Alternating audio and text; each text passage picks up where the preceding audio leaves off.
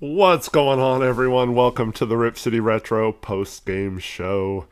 I'm Eric Brandt. This is Rich Finley. What's up, Rich? What's going on, Eric? It's good to see you. Yeah, good to see you too. Well, the Blazers season comes to an end this evening. They lose to the Spurs. Show a little bit of fight in the fourth quarter. Rally a little bit. Cut it to 9 at one point. You thought, there's still some time left. You at least made the Spurs sweat a little bit. Have to play their starters, I guess. But this game was a blowout pretty much from the jump. And really felt like the Blazers were not going to go out fighting in this one. So happy that they at least played a little hard in the fourth quarter, but it really felt like most of this game they just felt like a team, both body language wise and playing on the court, that they were done in this series. Is that it? Is that for me to go? Yeah. Yeah. Welcome everyone to the Yes. wake. Welcome. Thank you. Thank you for joining us. Yeah, it was. Gosh, by this time, just as NBA fans, we've seen a ton of elimination games, right? Yeah. And the final score wasn't exactly. It was about what I expected. Like I expected them to blow us out. I expected us to be a little bit scrappier early. Um, was pleasantly surprised by our fight in the fourth. We can kind of talk about, kind of what went wrong and them not being able to get it any further into the lead than 9 points. But you know, I mean, from this particular game, I don't know where you want to start on this particular game. Yeah. Um, you know, it was one of those type of elimination games when you've got two teams. One is significantly better than the other during the regular season. In this particular case, a 20 win difference during the regular season. And, they jumped on us in the first quarter, which you had to know was coming. The shooting numbers were just insane in the first half, statistically, like what we were shooting versus what they were shooting. But, it was good to see them fight a little bit in the fourth quarter. But, I think after the tough weekend that they had, this was not unexpected. No, not at all. And so I think in this show, we should start out with kind of the micro view of this game and the series and stuff like that. But as we get further into the show tonight, I'd like to kind of take a step back, as this being our last game, and kind of look at the macro view as well, just as the season is over, the season as a whole, and just where the Blazers sit moving forward and all that stuff. So yeah, we'll get into all that tonight. But yeah, so there was a point in the third quarter, Rich. My wife and daughter got home from soccer practice. She sits down at the table and starts watching the game. And 10 seconds later, Rich, she goes, "Why do they just leave the guy wide open to hit that three-pointer?" And I'm like, I don't know, because he's been hitting threes all series. He's shooting like 50% from three, and yeah, but they didn't. Who are you talking? Who It's are you when talking about in that moment? Champagne? no, Castle hit a three Oh, Castle. in the Okay. third quarter, yeah, and she was like, "Why aren't they even guarding him? It's like they're not even trying." And I'm like, "Okay, uh, That was a pretty egregious three, though. yeah." That particular one, if it's the one I'm thinking of, It was was right pretty from the like, top of the okay, key, like, wide open, but yeah. yeah, it's like, okay, like at least put a hand up. So I had a huge problem with this at the beginning of the game, Rich, and Right? I want to know both your opinion, and I would love to hear and read in chat what you guys would say to this. Facing elimination, you're down 3-1. Your strategy has been, I mean, I guess you could say it's been okay since you've had a lead in the last two games you lost, but obviously your game plan isn't entirely effective heading into game 5, down 3-1, backs against the wall. What would you have done? Like, do you think they should just keep things the same, or like, do you think you should try and throw everything at the wall and try to figure something out? Just go out guns a-blazing and try just a bunch of different things, or do you think it's just like, oh well, last game, might as well just have the same old game plan and do everything exactly the same? Well, I mean, that's a good question. I mean, I think if you look at it, particularly in how they were able to build big leads in the two games at home, and also, they played really well in game 2. Of course, Wemby went down, but they were down 14 points to the Wemby-less Spurs in game 2, and then they managed to rally and come back. But I think a lot of what it looked like today was, again, I mean, just kind of more of let's just go and kind of do what we do. I mean, I think in the first quarter, if I'm not mistaken, I think they were like 2 of 11 from 3, something like that. They were 2 of 12 when Robert Williams hit a 3 right at the end of the first quarter. Okay. To make it 2 for 12, but 1 of 11 prior to that, yeah. Okay, yeah. So, I think again, it's just kind of a case of, adjustments are just a really big problem for this coaching staff, and they're in over their head with that. Now, that's not to take away anything from what the Spurs did today or did in this series, and they're the better team, yeah, and all kudos to them and congratulations to them. And it's going to be interesting to see what happens for them going forward. Does Denver come back on Minnesota? And I think that makes for a much more interesting challenge for them, potentially on their way to the conference finals. So, but again, kudos to the Spurs, kudos to their fans, regardless of whether they, pop in here to troll tonight or anything like that. But, yeah, I mean, look, they came out and they did what they did in the first quarter. They just had an absolutely, it was hangover effect. It looked like for a really long time. It took them a long time to shake this thing off, and actually just kind of get back into playing regular basketball. So I think they came in with relatively the same game plan that got them those big leads. It's just this time, instead of hitting shots early and then tailing off, they started out right from the top, not hitting any shots from the outside.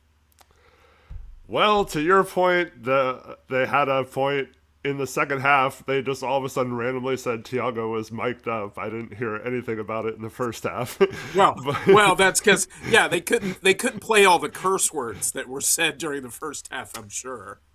And they show him during a timeout, instead of some sort of adjustment or anything, he just says, we just got to make a couple shots and then we'll get the momentum back or something to that effect. And that's all he said. So I'm sure that's not all that was said throughout the game, but just was an example of no adjustments being made. So I kind of feel the opposite, Rich. And I asked that question because I think it is malpractice to be down 3-1, to have lost the last two games the way you did, and then to just come out with the same exact game plan for the 5th game in a row, facing elimination, no changes, not one single wrinkle or thing different, not offensively, not defensively,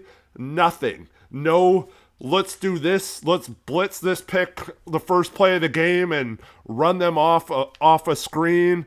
Let's double team Wemby or something and get the ball out of his hands on this play. Not that he killed us early or whatever. Let's Yeah. let's make sure we stay home on Champagny and don't let him get going. Just something like that's all I was wanting was okay. This is probably our last game of the year. Let's go out like emptying the barrel and making like them at least have to think about it. Instead, we come out just completely flat, same boring game plan with Donovan sagging 50,000 feet off the shooter and him hitting threes, and then them all they have to do is set one screen to get an open shot, and it's just quite frankly it's boring and it let them get into a complete rhythm, and then we have nothing different on offense. It's just, oh, hopefully we make our threes this game, but we're not. But let's just keep shooting. Let's shoot 12 of them in the first quarter, even though we're not making any. And Yeah. that's our game plan. So I am sorry. This is probably not fair, but to all the people who think that Thiago should just automatically be given the coaching job because, well, he got them to this point and they overachieved or whatever, I just do not see good examples from him of executing a game plan or changing the game plan, making adjustments to that game plan. And especially when your backs are against the wall facing elimination, you come out and just don't change anything until like the second quarter when you sub in Thibault and Sissoko instead of Sharp. Like that was your Yeah. game plan. Like so you don't charge, and by that time we're down 20. Like it's over, the game's over at that point pretty much. And I know, like we talked about, we fought back or whatever, good for them for fighting back, but like there was no urgency, there was no like let's take it to them right off the jump. It was no, let's just sag back and let them shoot a bunch of threes. And if we don't hit our threes, there's nothing going on. And I'm sorry, but that is not good enough to be an NBA coach at the playoff level. It might be good enough for a young team that just needs a coach that can let them develop and figure it out on the court. But it is not good enough in the NBA to have a coach that does not change anything going into an elimination game and just lets the other team punk you right off the bat and has no idea what to do to counter it other than to play different players at different times and bench Sharp for no reason. Yeah, I just I figured out a way, by the way, now to be able to read the chat a little bit better. So I saw Helicon said something along the lines, it's disappeared now, but he had said he's clearly not a motivational coach. Like you can kind of see it from the clips. I kind of get a little bit of that feel too. And look, multiple things can be true at the same time. I like Tiago as a person. Yeah, I absolutely. also think I also think he deserves a lot of credit for what he got thrust into this year Mm-hmm. after game one of the season. Agreed. Um, so the team reaching the playoffs, and yet if we were to have a conversation of tell me about the Blazers challenges during this season, they would all be very consistently some of the same things and very much of the things that we saw in this series that got them in trouble and cost them games. So I agree with you definitely that while Tiago seems like a really good guy, while I also, by the way, have no tolerance for things getting out about his job being interviewed for or Uh, being kicked around while he is coaching in the playoffs. That's a bad look for a franchise. It's also horrible for a new ownership group to come in, and you're trying to establish a relationship with this new fan base, right? You're the new person in town. There's already fears and paranoia, and I'm not using paranoia as a pejorative, but I mean like legitimate fears that yeah. you're going to up and take the team to another city, and you don't do things to ingratiate yourself to the community, and then You're doing things that actually have basketball ramifications because I don't care what anybody says. If your players already know that your job is being discussed, even if I'm not saying that they lose respect for Thiago and they don't play No. as hard, but if you as a player during the playoffs against a superior opponent have to entertain any questions about whether your interim head coach who's gotten you to the playoffs should keep his job or not, and what do you think about the fact that people are interviewing for his job, like that's wasted energy and time and focus. And it also just takes a little bit of it takes a little bit of the vibe. Like this should have been a real celebratory time for the Blazers back in the playoffs for the first time in 5 years. Don't do the T-shirt thing.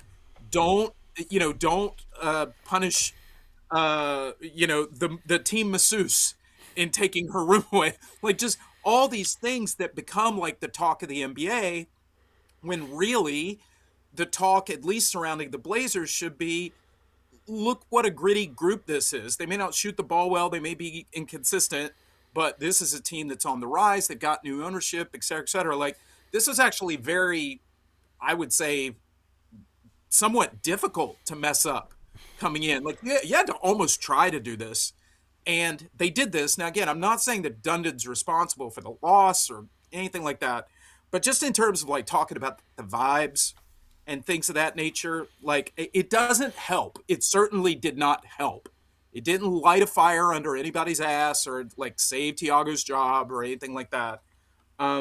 Now getting to the other side of it, just what we were touching on and what you so perfectly put, like you just can't have this. Like the team has too much talent, and now you've got Damian Lillard coming back to the team next year, and potentially you're going to go big fish hunting over the summer. This again, it's kind of like when Cronin got the job in 2021, and that was at a crucial time in the franchise's history as well. That wasn't the time for on the job training stuff. And we're right back there in the exact same situation, only this time with our head coach. Now, I don't think they're going to retain him, but we also don't need to do this same learning curve next year either. Well, technically in 2021, we were also doing the learning curve with the new head coach as well. Well, that's true too. Yeah, that's a great point. That's a great point with Chauncey. Yeah, that's a great point. I was thinking more. I was thinking more on the Cronin side, but yeah, you're right. So Helicon also says the team has to do due diligence on a new coach now. I don't agree with Rich on this one. So What is not that I'm trying to fight, but what is the I don't agree with Rich on this one. I mean, talking about they should have been talking to people well, ASAP.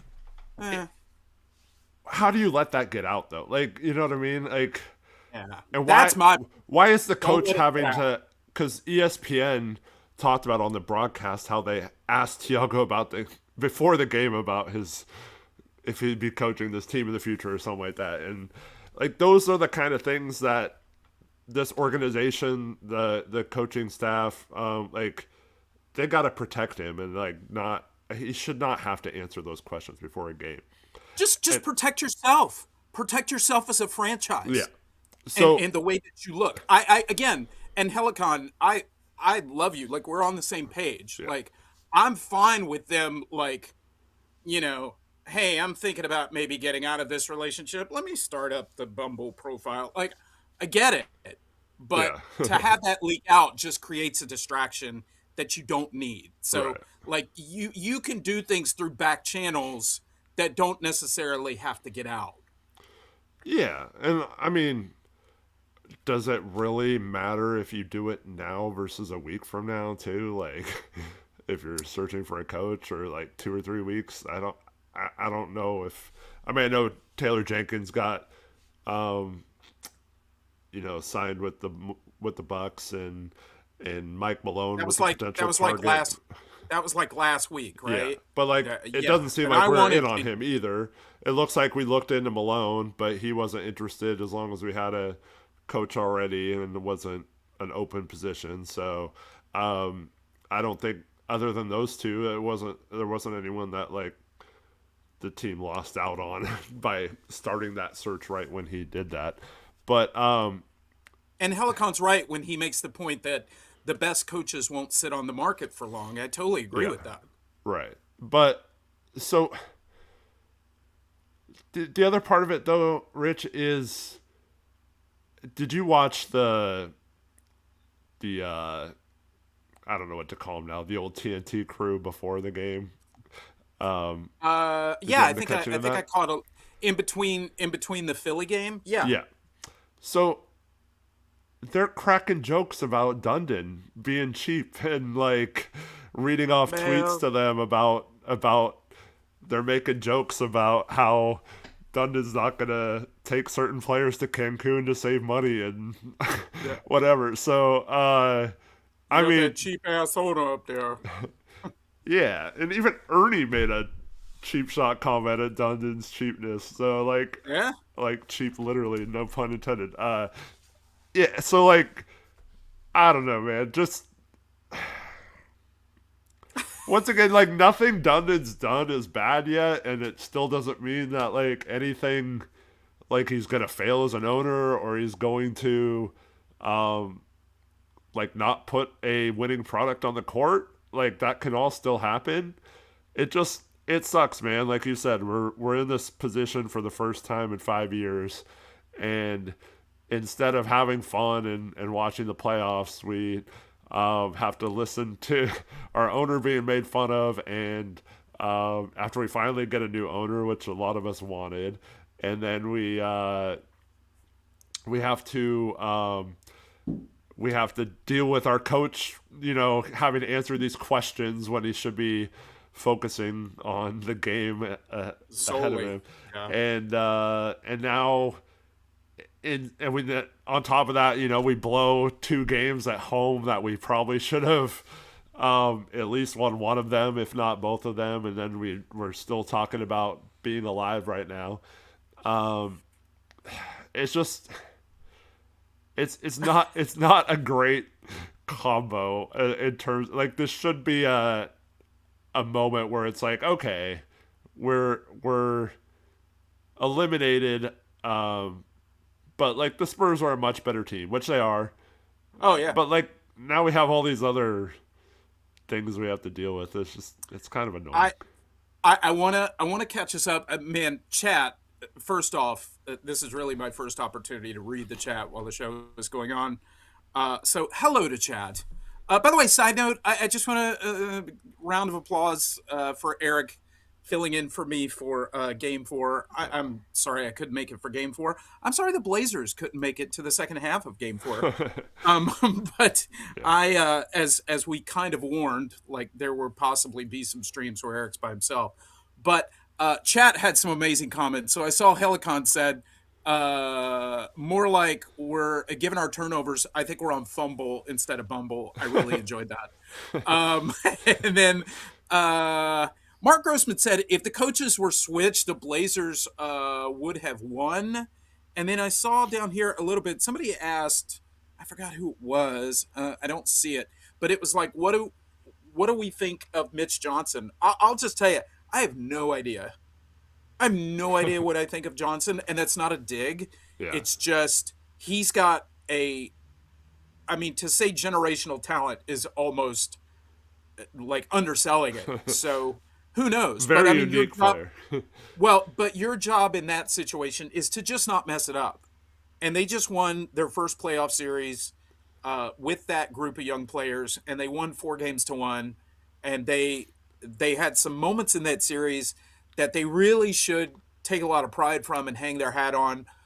If I were a Spurs fan, the way that they came back and won in Game 3 without their best player, that's a really good sign for a young team. Obviously, what they did Sunday was just really impressive and just kind of took our heart there. And then they finished us off tonight. So, you give Johnson a lot of credit for that. Coaches sometimes are like referees. When they do a good job, you don't notice them a little bit, and when they're doing a terrible job, you notice them a lot. So I don't know, but yeah, I also saw I guess it's maybe Lazy or Lassie Panda said, I think next year we need to bring Giannis, Kawhi, and Steph to join Denny and Dame. I think it will improve our offense. I think that would improve the offense as well. I don't think I that's don't going to think we need a happen. coach in that case. Yeah, I mean, right? I mean, well, at that point, we probably wouldn't have enough money for it. Um, yeah, I was going to make a joke. We ended up coming back in the game. I made the missing thumbnail really early in this game. Yeah. I made the milk carton thumbnail when we were down like 28. And I was gonna say when I came into the chat, like, has anybody seen the Trailblazers? And then I was gonna make a joke, and I was gonna say, the Trailblazers are missing. We don't really have money for a ransom, so like, the team owner is not gonna put out any money for ransom. But just if you see the Blazers, like, report. But anyway, yeah, I kind of forgot what made me go down that rabbit hole of just comments that people put in. But you want to go ahead and read Trevor's comment? I think that kind of dovetails nicely into some stuff about the show. Yeah, Trevor Schindler. What's up, Trevor? How you doing? Hope you're What's well. up, Trev? Are you guys planning on doing any content during the off season, retro talk, trade draft, speculation, etc.? Hoping to hear from you both before fall. Yeah.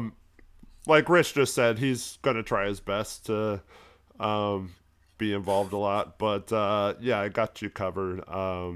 And Rich and I are. I mean, we haven't talked a lot about what we're gonna do. We kind of No. just threw this together on the fly when some decisions were made, uh, a week or so ago, and it's been fun doing these post games. So I don't see why we wouldn't continue them into next year. And then I think we kind of talked about it, but we are planning on doing some like weekly shows and stuff. Yeah. We want to live stream throughout the off season. I still want to live stream the draft and free agency, all that kind of stuff. The lotto, even though the Blazers aren't in there. Yeah, so we'll have some fun, and I do want to start making videos and stuff, and yeah, just provide all kinds of content. And then of course, we'll have to think of some good content to do some videos on what this channel was originally intended to be, and that's talk some old school Blazers as well. So yeah, we got you covered this summer. We're gonna provide some content, and we'll be around with at least I'd want to say, I don't want to speak for Rich, but I would like to at least do a weekly show, if not maybe even twice a week, depending on if it's the boring part of the off season, or if there's stuff to talk about. But yeah, we'll definitely have lots of content right here all summer. So if you're not subscribed already, please do so. Yeah, please do.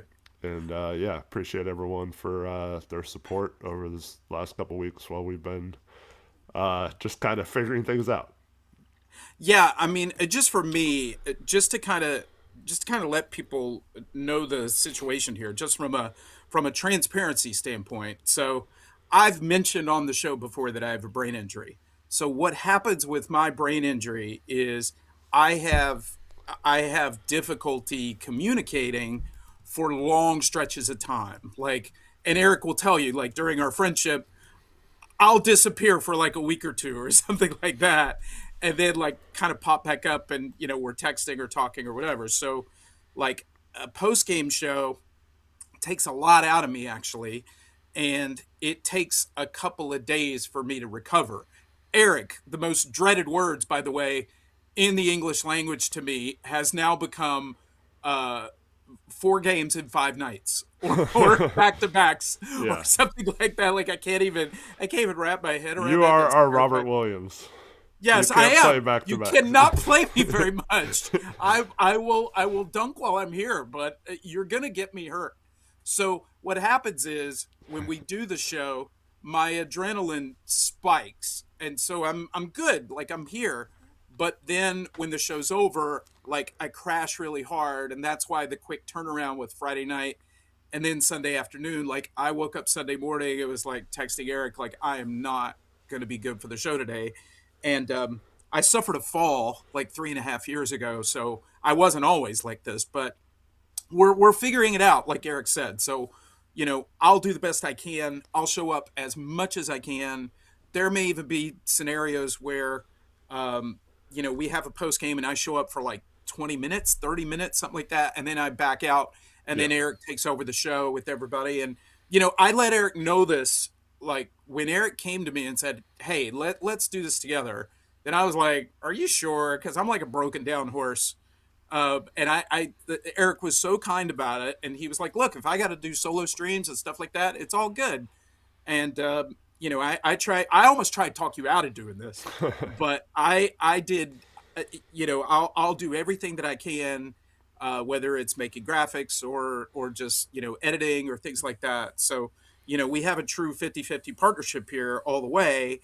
And yeah, Trevor, to answer your question, we'll definitely have content going forward. And I agree with you, Eric. I wasn't thinking about a weekly show. I was thinking about, like, hopefully a couple videos a week, and maybe it's a solo video by me just to answer people's comments in the video posts or whatever, or whether like a little story comes out about the Blazers, and I do like a 10 or 15 minute, or you come on and do a live stream. But we'll figure it out. But this truly, like Eric said, I mean, this wasn't like some long term thing. Like this thing just kind of happened, and so we've been kind of going by the seat of our pants. But now that the off season is here officially, we'll figure it out. I know one thing that I want to do. I think I told you this, Eric. I definitely, when we get into shows next season, I want to have a segment called analysis instead of analysis, where Eric breaks down like certain plays in the games that are either working for us or hurting us. Kind of the old takeoff on Brandt's breakdowns. But yeah, I really want to do that kind of stuff. I do want to talk about the good old days too. So, Trevor, and anybody in chat, like if you guys have suggestions for what you would like to see us do here on the show, we'll definitely take them. Like, we want this to be like a really fun community where you guys can come, and even when we lose, it's not like a rage party and we're storming the gates or anything like that. But yeah, I just want you guys to have a good experience here and be happy that you subscribe here and all that good stuff. So to get all the way back to the beginning of your question, Trevor, yes, we will be doing stuff during the off season. Promise. Yeah. Um, Tristan says you bring out too much of my nice side. Who, He, me he or was hoping for a brand rant. I kind of, I ranted about the game plan not being. I mean, it wasn't. I mean, see, Tristan, this is where. Okay, so you should know me by now, Tristan. You've watched enough of my shows. Um, so I don't manufacture it. It happens. Like um there was like a trade deadline stream, not this last one, but the year before, and the Blazers did absolutely nothing, and um like I'd assumed they were gonna do nothing, but they hadn't made a trade all season, um and I wasn't like initially pissed, and then as I thought about it more and more, and then I just it developed into a rant, but I wasn't like planning it or whatever. And then, but like all my rants are just natural reactions. It's not like I'm like, okay, tonight I'm gonna rant about something. It's because something happens and it makes me want to rant. But being down 3-1, the way that we lost these last two games, it was not a situation where I was like, oh, I'm going to go off on this team tonight. Like, I fully expected them to lose tonight and the season to be over. So it's not really a situation for me to be like, oh, I'm just going to go off on this team and just rant away. Like, it's not how my rants work. And I think hopefully that makes when I do actually rant about something, it's based on the passion I have, and it makes it better because it's natural. It's not forcing a rant when I don't need to. Yeah, and I mean, the same goes for me. I mean, like like if there's something that I think is bad and wrong, I mean, I just talked about how, Thiago should not be talking about his job during the playoffs. I mean, I have no problem like coming up with that. I just know that, like you and me, like we're like this isn't like first take or something like that, or we're going to be manufacturing disagreement, you know. Yeah. Uh, and unfortunately, we're going to agree on a lot because we're kind of roughly the same age and, we've been through a lot of the same things. And Yeah. so, by the way, real quick, for a lot of people in the chat, and it's passed by, but Bruce Davis and just all of you guys saying really nice things about my health. I really appreciate that, you guys. It's very hard dealing with something like this that kind of just like wipes you out for days at a time, even after something as silly as talking basketball for 2.5 hours. But yeah, that means a lot. And I don't tell you guys this for sympathy or anything like that. I just believe in being transparent with you. Um, so you guys understand and just accept my apologies for when I'm not here, but you guys are great, so thank you so much for the nice words. Hey, I got a quick question for you and for chat. um uh so okay, who are the hot coaching prospects that we want? Like, should we do this? Well, Should we do this now? I mean, well, maybe you want to talk about the game. I don't know, is that important to talk about the game? But you know well, see, the problem is I don't think we're gonna pay for a top coaching prospect. We so I did some research on the Carolina coach. I guess because they're the Carolina Hurricanes, is hockey Oh, team, I I was going to guess. say that. Well, I don't think we should get him. um, but no, apparently he did something similar. He said he wasn't going to pay top dollar for a coach there either. Signed I think he was a former player, and didn't really have a lot of coaching experience. And then, good night, Josu. Have a good one. Um, anyways, they paid him like $2 million or something, and I think the average contract in the NHL is about 4 million or so, and Okay. some of the top coaches make about 6 million in the NHL. It's not quite the money in the NBA or whatever, but so we kind of underpaid a coach, but they were the 1 seed this year, and so could he go for that? But while I was looking into that, I was like, wow, this sounds a lot like Chauncey. Like um, bringing in a coach where you don't have a lot of experience, but he seems like a smart guy. So, can you hit a home run on that kind of coach? Does it have upside? Yes. But the problem is, it's really hard to identify like who that would be. Is it a LaMarcus Aldridge, like Chat's mentioning, that has been sitting around or like involved in some of these games with Dundon sitting there? Is it Brandon Does Roy, who he? just got Does he? fired from his high school like a few months Does ago? does does Lamarcus want to get into coaching? I have no idea. I'm just saying, Okay. like, I'm just bringing up a random name because he's been hanging around Tom Dundon, maybe. I I have two guys in my head that you will probably be able to guess them both. I'm like, if we go either of these routes, and I'll give you hints too. Longtime assistants. If we go with either one of these guys, I would be happy. Well, Sam Cassell's one of them. Yes. I don't know who the other one is. Oh, come on. This is one you throw out all the time. Who would you like to see like bust our ass for not playing hard? I don't Rep think reputation. You don't want to fight this guy.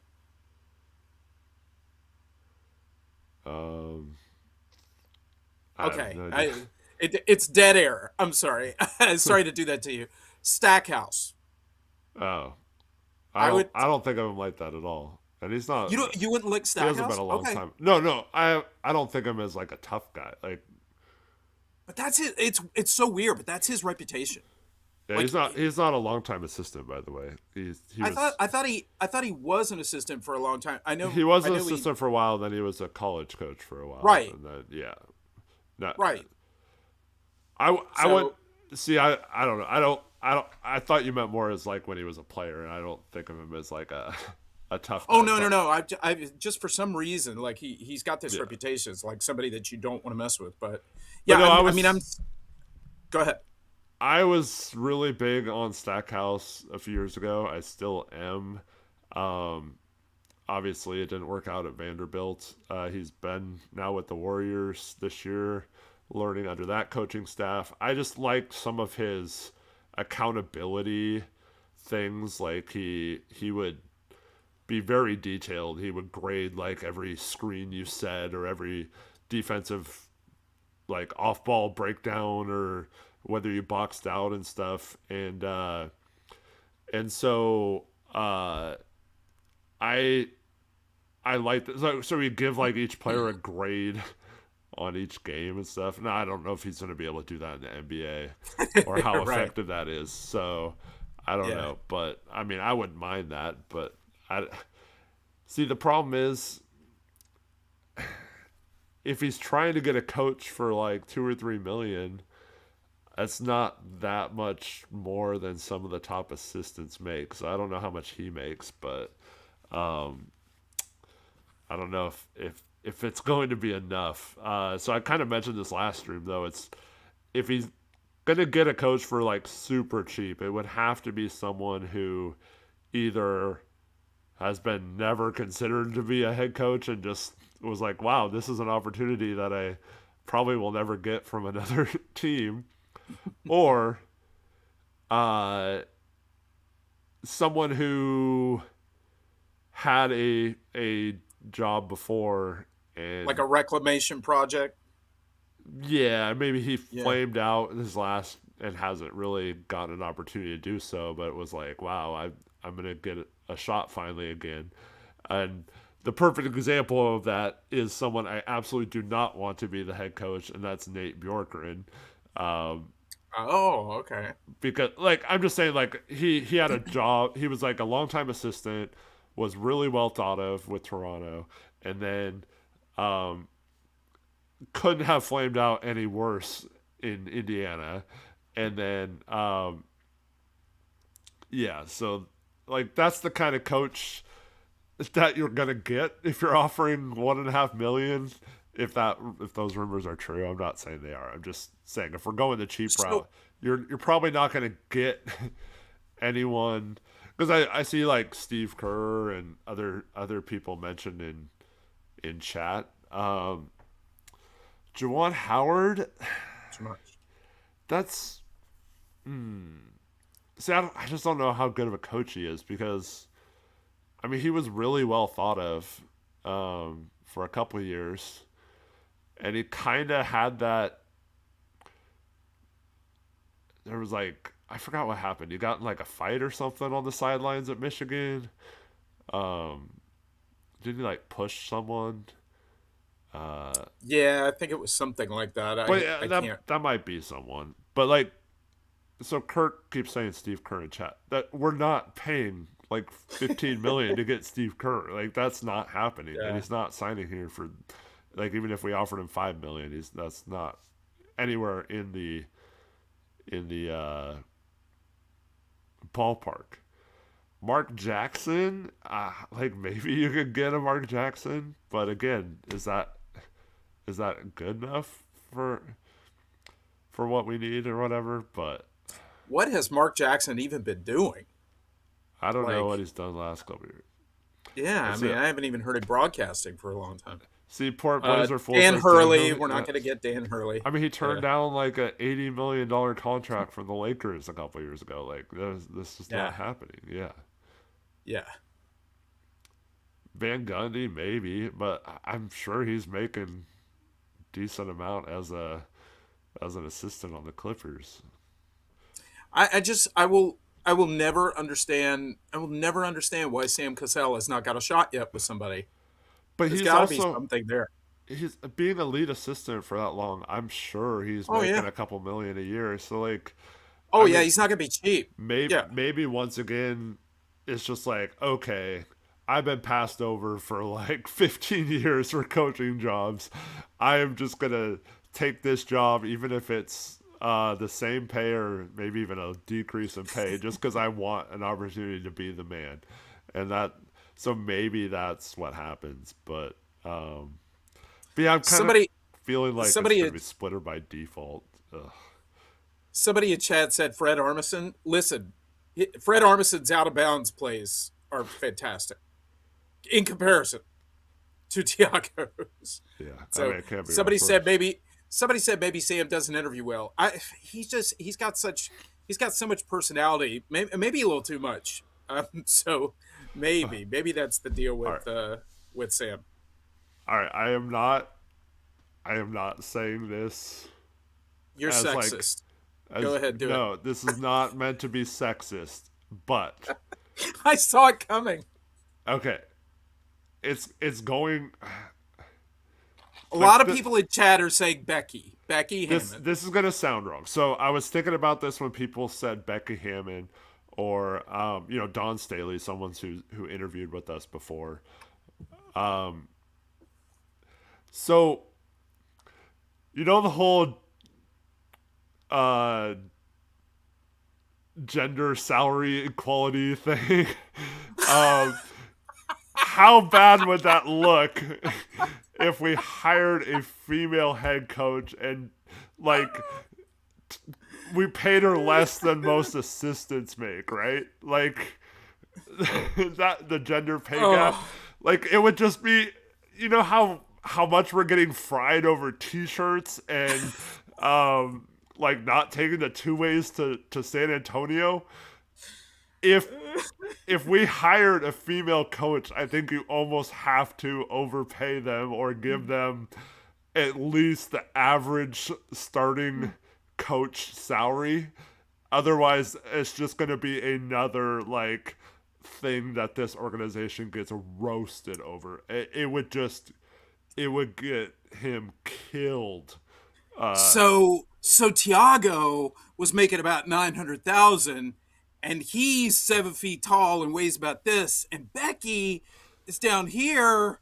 So we paid her commiserate to Tiago based on poundage. Oh my gosh, that's hilarious! What a great take.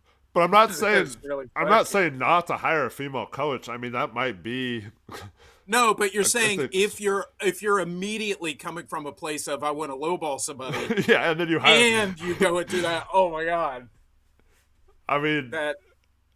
Ugh. if you want the final nail into I mean, he'd be thinking he'd be getting all these like praise for hiring a female coach, but yeah, it's I don't know. Zeno says he'd rather see Billy Donovan. See, I don't. People are bringing up a bunch of names that I want nothing to do with them as I go to, Mark, even if we're willing to pay what it takes to get them. Yeah, so Mark Grossman says Steve Nash. Do we feel like Steve Nash wants to coach again? I don't know. Like I just kind of got the feeling that the Brooklyn experiment was kind of like he tried it, and I mean maybe I'm wrong, but I just feel like he's like I didn't really like it dealing with today's player. I mean particularly that bunch. I mean yeah, it might have been different just because of that situation. I mean, that would have been hard for any coach. They ran Kenny Atkinson out of there too. Um, Doc Rivers. But see, like the funny thing is, Doc, like he's not coming here for $1 million or whatever. I mean, a lot of these coaches aren't we coming could here for $4 million. hey listen with Doc we would get plenty of the we just missed shot stuff. Hey look guys, we just missed shots. That's all. Like I don't want to listen to that 82 times a year. Yeah, like Earl Watson. I did, I did have that thought. Is Steve Nash on the Prime coverage? Is that what it was on? I'm not sure. I saw I saw him talking at halftime of one of the games. It might have been the game we were on Prime. Um, I did have that thought. Like this guy sounds like he could be a head coach. Um, and I was like, I was starting to think. I wonder if he got a raw deal, but I don't know if you're getting Steve Nash even for like a low ball offer. If that's Probably not. yeah. Yeah, I I don't think so. also I also this is gonna sound a little crazy too. The problem is those guys probably make more money on the Prime show than they would being the coach, which is stupid. Tristan says Austin Rivers. Austin Rivers, Let's no, go with Austin yeah. Rivers. Trevin says their offense was pretty nice in 2021, but I mean they did have Kawhi and Harden or not Kawhi, Kyrie and Harden and Durant. So, um, no, this is gonna sound crazy, Rich. I was wondering the other day too. Same broadcast team. I was wondering if Blake Griffin would be a good head coach. Blake Griffin. He Okay. he has impressed me with like some of his X's and O's stuff, His talking the game. but he also is like fun. Like I don't know if he'd be like a player's coach or whatever, but like um I don't know if you could take him seriously is the problem. Like he just doesn't seem like a coach. But like I do I do think he might be able to have like good schemes and stuff. But yeah, I don't know.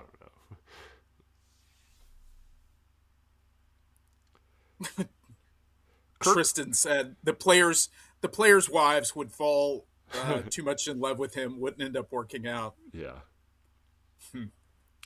Um I like Dirk on the broadcast too.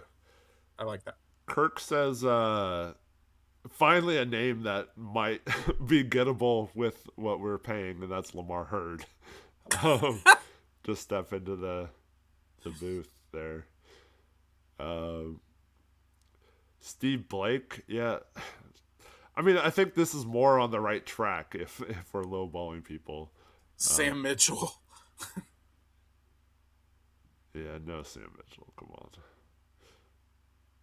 on.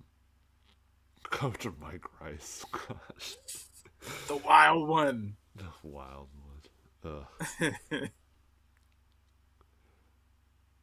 So Jose Calderon. is there any former Blazer great that is hovering out there that might want to do it? I mean, I saw a bunch of people say Stoudemire. Yeah, I mean, But again, I mean, he was well thought of a couple years ago when he was an assistant on the Celtics, and then he took that Georgia Tech job and didn't do very well. I think he's now an assistant with LSU, if I'm not mistaken. Um, by the way, real quick, Mike said, Spurs fan here. We love Tiago. You guys should give Tiago another chance. Hey, listen, I like Tiago. Again, I've said it before. From a personality standpoint, I like Tiago a lot. There are just certain things that, even for a rookie coach, should have improved, and definitely in this series when you have, you're you're not traveling. I mean, you're traveling to switch cities, but once you're locked in and you're not making significant changes, and like Eric said, coming into an elimination game 5, and Thiago knows better. Like he won a title with the Spurs. Like for him not to switch things up, I just feel like it was a little bit of a bad look. And again, if Dame is coming back next year, and if we're going to significantly improve the roster, I don't think I just don't know if Tiago gets up to speed to where we're going to need him to be. yeah. Well, we might get to find out because Well, maybe, might be maybe. bad.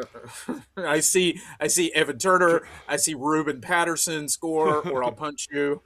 Tre- Greg Anthony, Trevin has Alex Wolf says Monty has earned one more shot. Oh, Alex. no, he is not. Um, Trevin says, I'm sure a Spurs fan would love the team they play to have Thiago as the coach. Yeah, after this. Yeah. Um, this is this is great. Like I love all this because this feels like, I was thinking about it today, Eric. I was thinking about like what is our commodity as a franchise, and I feel almost like we should we should raise like a banner in the Moda Center that just says hope on it and just raise that to the rafters because that's like our number one commodity as a franchise. There's just hope, like the hope of the early '90s teams, and then the late '90s and early 2000s, and then Brandon Roy and Greg Oden, and all this hope and stuff like that. So, yeah, it's fun to talk about the coaching. I mean, I don't know if you want to go back into the game, but to bring up a point about Tiago, the Blazers are on a run, right?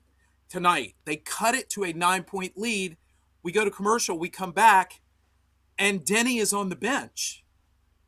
And I just felt like it was a bizarre move to take him out of the game that point because he Well, he was wasn't in the somebody game. that was. Are you sure about that? When they cut it to 9? Yeah, they kept the same lineup that was So out he there. got so he got the technical, Yeah, and and then he then he got okay, taken out when he got the technical, and then okay, uh, but then he shot cutting the free time. throws and then they took him out. Yeah, Okay. Well, okay. My bad then on that. But I just don't understand why you don't come back from that timeout and you insert him back in the game when you've got 8 minutes to go. But then again, I, coaches get caught up in that. This is the group that just helped us cut it to 9. Let's keep going. I get it, but I would have rather us go with our best horses once we had cut the lead under double digits. But again, that's yeah, just a coach. it's kind of a feel thing for me. Um, And Lazzy Panda just said he had 5 fouls. So um, okay, in I this lost track of that. in this particular game, Rich, I was like, I was thinking, don't you dare take anyone out of this lineup. Like when they went to that breakdown Okay. 9, I was like, whatever happens, I didn't feel like the starters necessarily deserved to come back in the game in this one, and so I know a couple of them were out there, but like I was like, this lineup, I don't know how. It's not like Veet really did anything, or and City made a few plays, but like somehow this it was just working somehow, and like I was like, just let him go. Like I felt like we just put the starters back in, we're gonna go back down 20, and it was gonna be over again.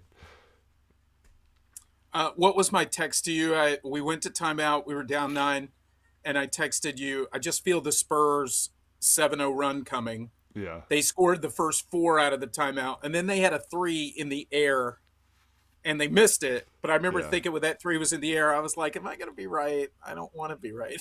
But yeah. um, do you want to talk about the statistic that you sent me today? Sure. Let me. Because I think we should talk about this guy. I don't. Maybe Trevin can. Um. Wait, Laser Panda says you can't blame Denny, Eric. What was I blaming Denny about? He can't breathe because Spurs not afraid by anyone else. Oh, I see.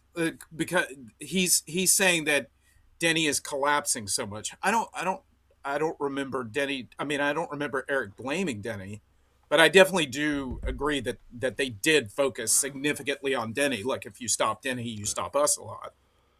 But Okay, so this is going into the game. Maybe Trevin can let me know what Donovan Clingan's true shooting percentage is in the playoffs updated. after he hit a couple threes in the fourth quarter. Yeah, Um, yeah. but until that point, probably wasn't much better than this stat. But going into this game, Donovan Clingan, this is from Latif Love on Twitter. Donovan Clingan's 34% true shooting percentage is the second worst mark by a 7-footer in Oof. NBA history over a 4-game span. Well, at least we're not number one. Yeah, we're number 2 here with Donovan. It's up to Oh, but 36.6 now, okay? who was number one, Eric? Second only to former Trailblazer Kevin Duckworth, who posted a 31.3 true shooting percentage in the Western Conference Finals in 1991. Ah, Rich, that's what my one. what happened in 1991, Rich? Oh, shut up. I don't want to do this. Yeah, the most painful loss for me as a fan, losing Yeah. at the Western Conference Finals to the LA Lakers. Duck, and rest in peace. Yes, I agree with you. Um, Duck, to that point, I actually cannot remember Duckworth ever being a focus of scorn by the Portland fans, Portland media, him being used as a scapegoat. Like, Duck had always been like really reliable. You know, he won most improved player here. Um, he, made the All Star team here. He was just really, really solid as a third option behind Clyde Drexler and Terry Porter. But that series against the Lakers, man, it just it seemed to really derail his career for the rest of his career. I know that, they went to the finals the following year in 92, and he had a really big, I remember he had a really big game against the Phoenix Suns Mm-hmm. in a double overtime game. He was basically the hero of that.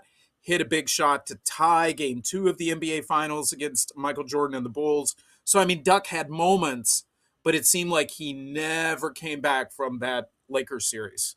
So, finding that stat out today, like, I never really knew how bad that series was from a statistical standpoint, but to see those numbers today, when you sent it to me, it was like yikes. That's because true So shooting yeah, percentage wasn't a thing back then.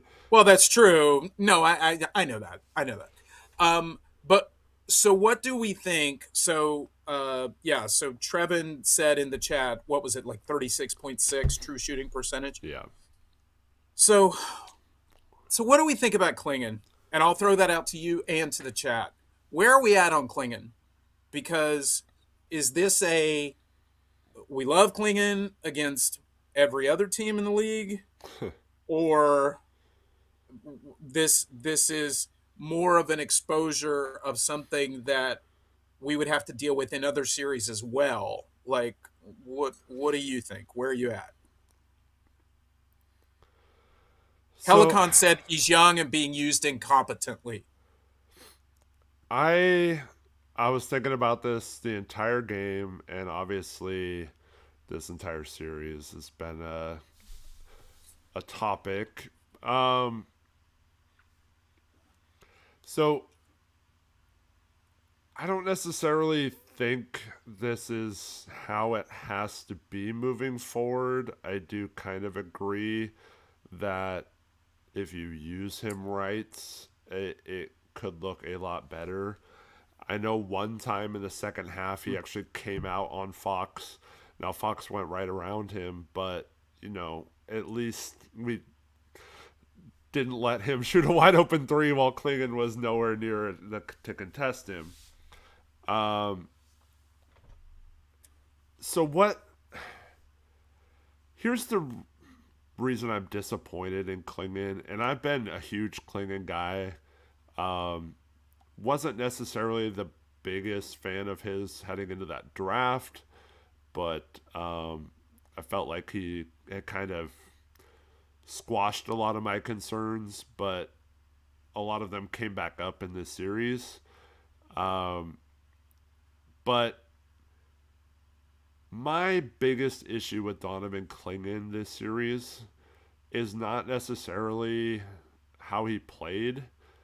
It was the way he played. And Portland, it's pretty obvious, was missing just some toughness in this series. And I was really hoping that Donovan would be that kind of guy that just is a thorn in the other team. Like, even if you're not making shots, Yeah, you're just you're getting into it, you're physical, you're whatever, and you just Like have that. a good hard playoff foul to send a message. Yeah, it's just Yeah, like something. that kind of stuff. Yeah. And this is nothing like long term worried. Like I still think he could maybe develop into that. He's still super young. Still has plenty of time to develop into that. But like I talked about this last stream when you weren't here, Rich, but uh, you know, I thought like, you know, maybe trading for a Draymond Green, like even though basketball wise it doesn't necessarily make a ton of sense, just that type of player, Dylan Brooks, someone like that, just having a guy with an edge that's just gonna light a fire under teammates or whatever when they're not when they're hanging their head or like the body language is poor or whatever. Um, Yeah. just and I was really hoping Donovan could be that guy, but this series he just played like he was weak and didn't have any kind of flow to his game, didn't have really um, any of that like grit and enjoyment of the game of basketball that he showed when he went on like a good run there during the season. Um, it it just seemed like he loved playing basketball there for a while, and this series it didn't seem like that, you know. And of course, if you're playing poor, it's hard hard to love playing if you're not playing well. But I felt like that was my biggest problem with Donovan. I know a lot of people think his actual play was more of a problem, and I can't disagree with you there. I just it didn't ever feel like he played like he believed he was going to have an impact. It was more just him trying to play but not really sure of himself, and that's just not how he's played all season. And especially attacking offensive rebounds, he was getting pushed around a lot. He wasn't getting the balls. He was getting frustrated. He had a foul on Victor Wembanyama on an offensive rebound where he just shoved him out of the way. Um, Hmm. and I guess you could say, well, that he was showing some fight there, but I don't know. It did not feel like he had any sort of edge to him when he was playing. It was almost like the moment was a little too big for him, which is weird considering he's been in championship games Yeah, and he's been in big games. Yeah. like high school, college. He's played in championships pretty much every year of his basketball career until he got to the Blazers these last 2 years. So it didn't really feel like he had that ability to overcome his lack of athleticism or whatever. It where when he plays with that edge and he's relentless on the offensive rebounds and he's confident and he's getting in other players' faces and blocking shots and stuff like that. It just it seems like it doesn't really matter how the other team's playing because he's going to find a way to impact the game. And I just felt like that wasn't him this series, and so um, I'm just really hoping that was just him being a little just it's normal. Like I wouldn't have thought it was normal for him, but just this moment being a little too big for him. Yeah. I mean, if anything, I'll just say, uh, if a series like this was going to happen to one of the guys, I actually, I actually feel good about it happening to Clingan because I feel like Clingan has the type of mentality to do something with a bad series like this in the offseason and Agreed. go and continue to work on his body, work on his foot speed, as much as to the point that you can alter that as a 7 footer, and improve it because at some point you are what you are, physicality wise. But um, for a series like this to happen to somebody, the fact that it happened to Klingon Like the one thing that I did not want like a feel good game going into the offseason. Like I did not want him to hit 5 or 6 threes tonight if we were going to lose the game. Obviously, if it was going to lead to a victory, go for it. But I did not want to see, necessarily a game that he can feel good about. Not that I'm ever rooting against any Blazer, but I just feel like him having a bad series like this is is good for him in a way because I think he will do something constructive with it. And I can't say that for everybody. I can't say that for all of our young guys on the team, but I think Clingan is somebody who can actually do something with a bad performance like this. Real quick, I just one of the comments that I saw, I wanted to make sure that we didn't lose this one. Rideshare Beware said, I was a friend of Kevin Duckworth. There was a team intervention about his weight after the Lakers series. It got to his head. You know what's interesting about that, Rideshare Beware? He was not, he was heavier in 91 92 than he was in 90 91. 90 91, and correct me what you think, Eric, and apologies to the younger people that are in here who this was before your time.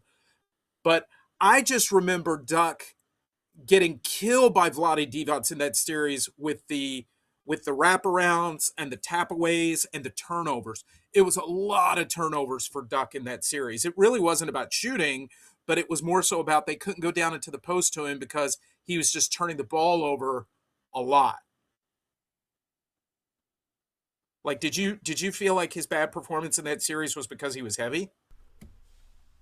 Um, Not necessarily, because I mean he always had the weight issues. I mean, it did get a little out of control as it went on, but um, I mean, he still found ways to be effective prior to that series. So I don't know. Yeah, yeah, Yeah, but I mean, if you, I do know that like the weight thing got to him at times. yeah. So I'm seeing comments here. Klingon was more of a negative on defense. He was a big negative when on the floor.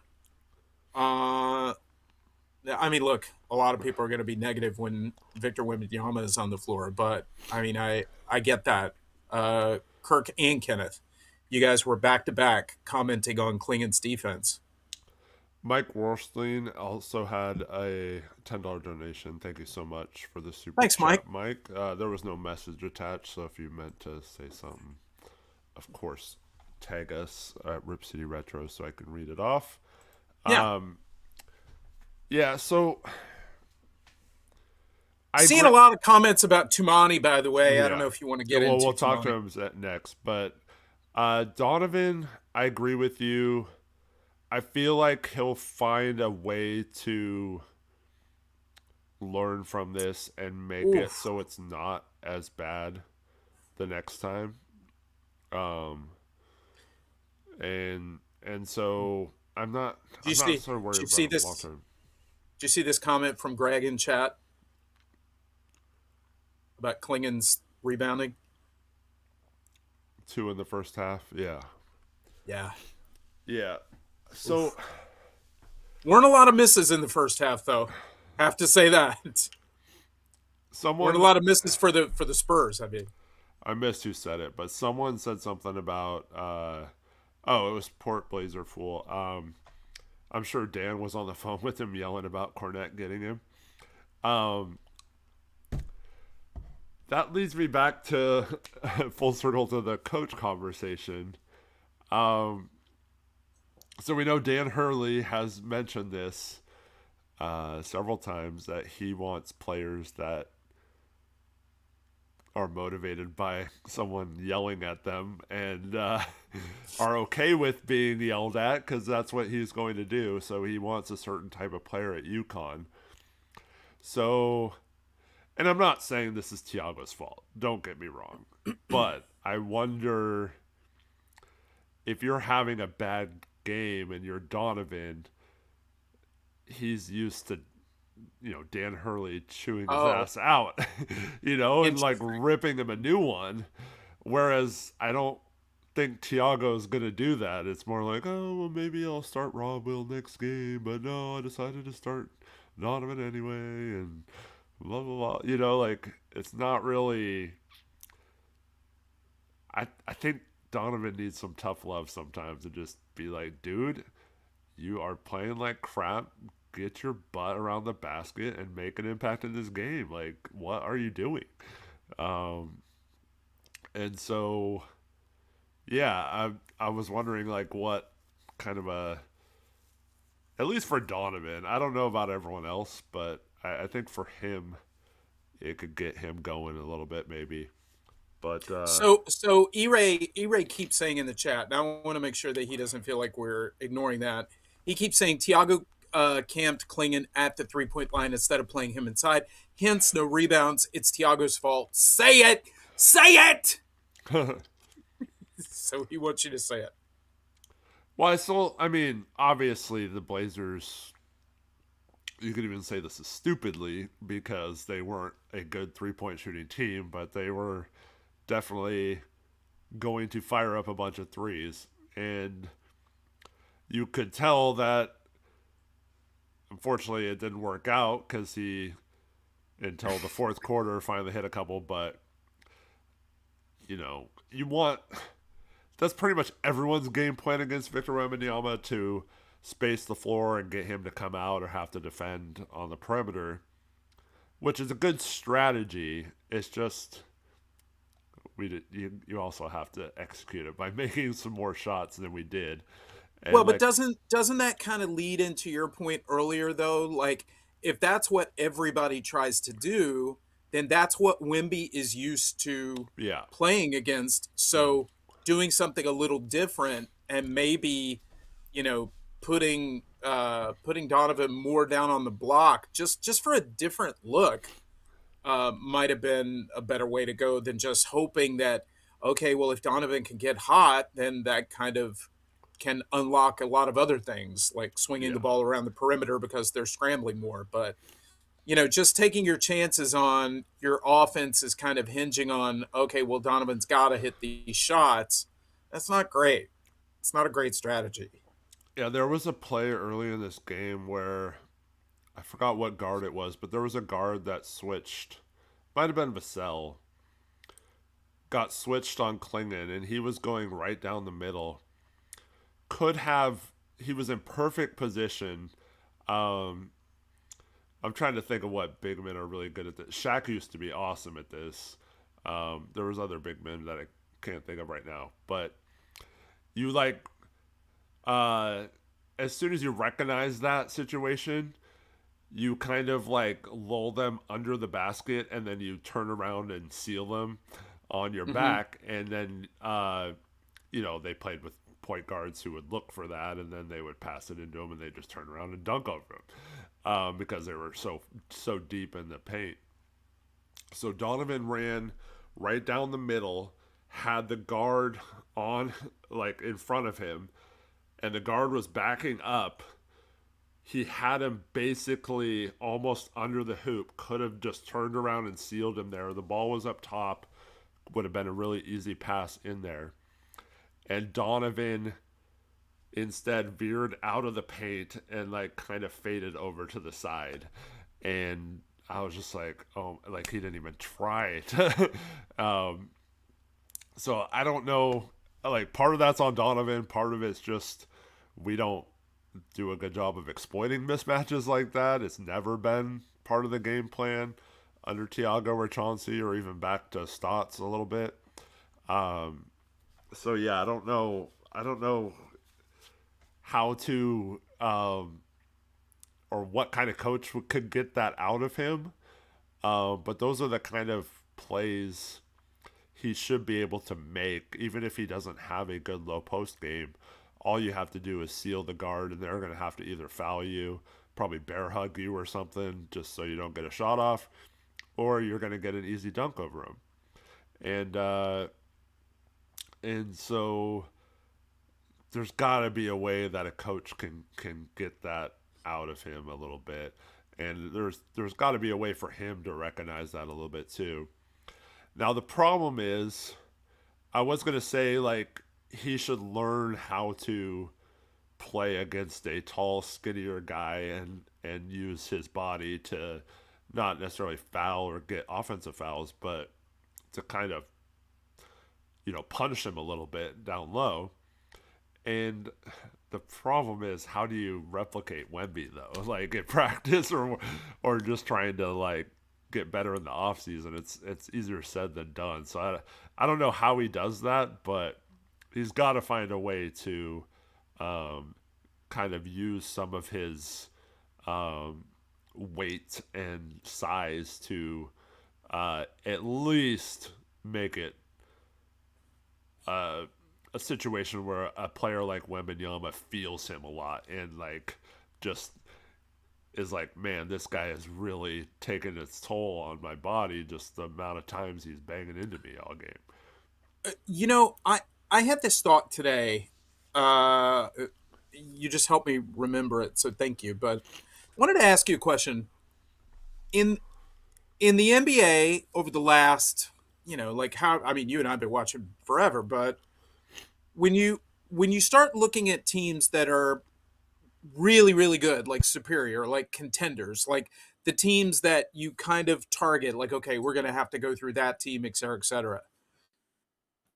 Do you think it really works to try to draft your team, plan your team around what you think you're going to have to get through? Because I was trying to do some thinking today, which is always hard, but I was trying to do some thinking today about like the times that the Blazers, for instance, did things where it seemed like they were planning for, say, Shaq or something like that. And that got them to trade Jermaine O'Neal for Dale Davis. That got them, like you're trading Brian Grant and then Sean Kemp is coming back. Like all these, these kind of moves that are more about what other teams have versus just build your team in the best way that you think possible, establish your own style, and stop reacting to other teams. Because I was trying to think today, and not just limiting it to the Blazers, but what teams have been stifled by a great team. And then they went out and they were like, oh, to counter this problem with this great team, we now went and got this person, and now we've leveled up and we can compete with them. I feel like most teams that win the championship, that become perennial contenders, things like that, they don't worry about anybody else. Like they just focus on what they do and what they do well, and they build their own style, and they don't really worry about trying to look too far down the road. So all of this, like, well, we have to do this because we're going to need to compete with Wemby. We're going to like I think sometimes that's a little bit of fool's gold. But what do you think about that? Well, I was going to mention the Houston Rockets crushables. Mentioned it in chat before I said that. What's up, Brady? Um, yeah, Maury. Thanks, He Crush. he built this team to beat the Warriors. That's his one. He was obsessed with it. He actually did it. Like the Rockets had the That Warriors one beat. time, right, They right. had him beat, and then they missed what 27 straight threes or something. Mm-hmm. Something crazy like that. Katie out. Yeah. Yeah. So yeah, I mean that's the only thing I can think of. I mean, there's been lots of teams that made moves so they had some sort of counter, but I am always of the belief that you're not going to you weren't going to out warrior the Warriors, right? Like you weren't going to out Showtime the Lakers. Um you weren't going to out compete Michael Jordan, like so you got to find a way to be different and uh like the Kobe Shaq Lakers they were undone by a team that wasn't necessarily designed to beat them. They were just a really well put together team. And so I agree. It should be. I think you should focus on your own team first. The problem, though, is, I mean, short of injuries being an issue, uh, oh yeah, Trevor says KD wasn't out that year. Yeah, That is was that the right? worst at So, full so strength. Yeah, so maybe. 'cause Oh, that you was know what, 2018, I Trevin? think. Yeah, Trevin, you're absolutely right. What happened that year was Chris Paul got hurt. Yeah. So the injury thing is what was in this noggin. But yeah, you're absolutely right. But thank you for the correction. Um, the problem though is Wemby is what 22. Uh, we're going to we're going to be having this Wemby problem for a while. Sure, So sure. we do need to find some sort of player that can. I mean, you're not gonna, like I said, you're not gonna find a better player than Wemby most likely. So you have to find a player that can. I don't know. That's kind of why I was disappointed in Clingan. Is like I don't know if not being scared of Wemby is the right word, but Clingan kind of felt like he was a little scared of Wemby and attacking him. So, um, and like Lazy Panda says, maybe injuries catch up with him, but like I do think for the next decade we're going to have to go through the Spurs a lot, and then on top of that, OKC is still pretty young too, and they have all these draft picks and stuff that could pan out for them. So they could absolutely be a problem here in the future. So I do think you have to worry about yourself first always. I think that should be your top concern. Put the best product you can possibly put on the court. Try to get as much talent as possible on your team. And then if you're like a contender level team, then you can maybe tinker with some of the roster, some of the rotation. Um, you know, condense a couple players for one player. That's the Kobe stopper, whatever, without the baggage that came Bad, along with it. bad, But bad example. uh, I had to tie it back to that. Yeah, yeah. But anyways, you could find players that can help you in those series, but I don't think that should ever be your sole focus for building a team. Yeah, I just think sometimes people just get a little obsessed with it, like what you were saying, and then you get yourself out of doing what makes you special and makes you good, and just accentuating that and making that as strong as it can possibly be. And again, I think we were texting about this today. I was like, some teams are in different businesses, right? Like the Spurs, like they went from David Robinson to Tim Duncan and now Victor Wembanyama, and like we are in the Mavericks 2011 business.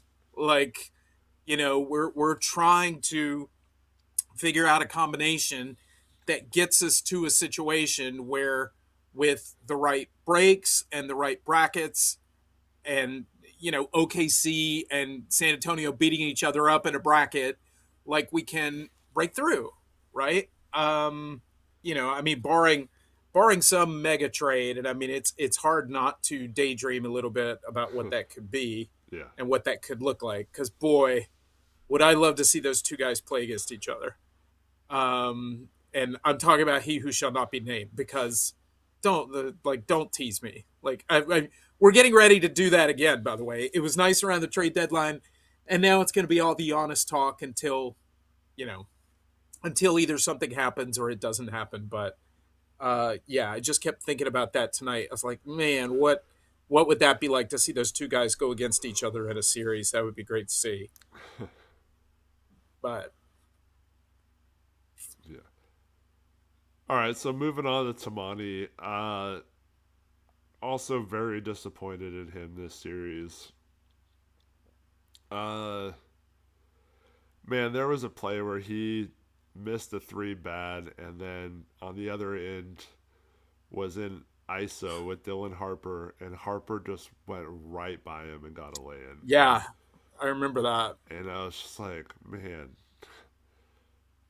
not only are you missing shots, but you're getting cooked like in a one-on-one situation with no screen.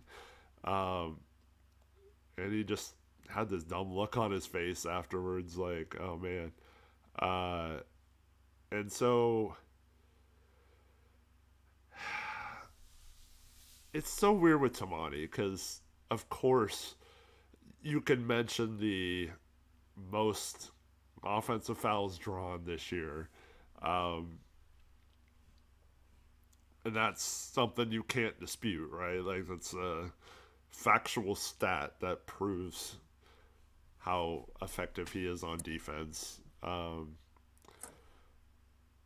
But outside of, there was a few games he got hot. Like, he really did not have a season where he built upon last year, and you have to kind of wonder with him if getting that payday meant he let up a little bit in terms of how hard he worked and stuff like that. It was just disappointing that he didn't really. I mean, you weren't expecting like a huge jump from a role player type, but like it seemed like he was just off at times this year. Yeah, I agree. Um, Lazy you Panda does know, say he did play all 82 games plus 5 playoff games. Like, yes, give him credit for that. He's been pretty consistently available since he's been here, and so yeah, you do have to give him credit for that. I'm pretty. I think he was amongst the most miles ran this year, if not number one. Is pretty close. So yeah, he did. I mean, the way he plays is tough to do the entire season. But at the same time, he did do it last year too. So yeah, I agree. Um, what are your thoughts? What are your thoughts about? I saw a comment way earlier, and we kind of jumped around, but um, people were just a couple people were just talking about Sharp. Very disappointed in Sharp. Um, the gist of what I saw in the comments was essentially like he just doesn't have that fire in him. I mean, is that something that you would agree with, or do you feel like where he came back? Came back very very late from being injured. I mean, where are you at on Sharp? And Lazy Panda just said, I think this is the last Sharp game in a Blazer uniform. it's really tough because he played in what 3 games before the playoffs, something like that. I think Yeah, maybe 2 games in the play-in. It wasn't very much ramp up. Um, but that's always been one of the issues with Sharp is just very talented, very good basketball player, just doesn't seem to have that intensity to him. It's a very nonchalant. I wouldn't call it lazy, just kind of casual attitude. And I don't know because we've had Chauncey between Chauncey and Tiago, they're not really the motivator in your face type. I wonder how he'd respond to that. yeah. Um, And But it's not is like he got that. It's not like he got that in college. Like got exposed to that because he yeah, didn't he play at didn't college. play, So yeah. So yeah. he got no exposure there. Um yeah, I mean, he So what do still you think averaged about over what 20 Tristan points is? per game. Like, Yeah. there was still, yeah, What do you think? What do you think about what Tristan is saying? Saying we're playing City above him, acting like playing with energy wins you playoff games, and not playing your second best offensive player is malpractice. yeah. I've never been okay with the way we use Sharp.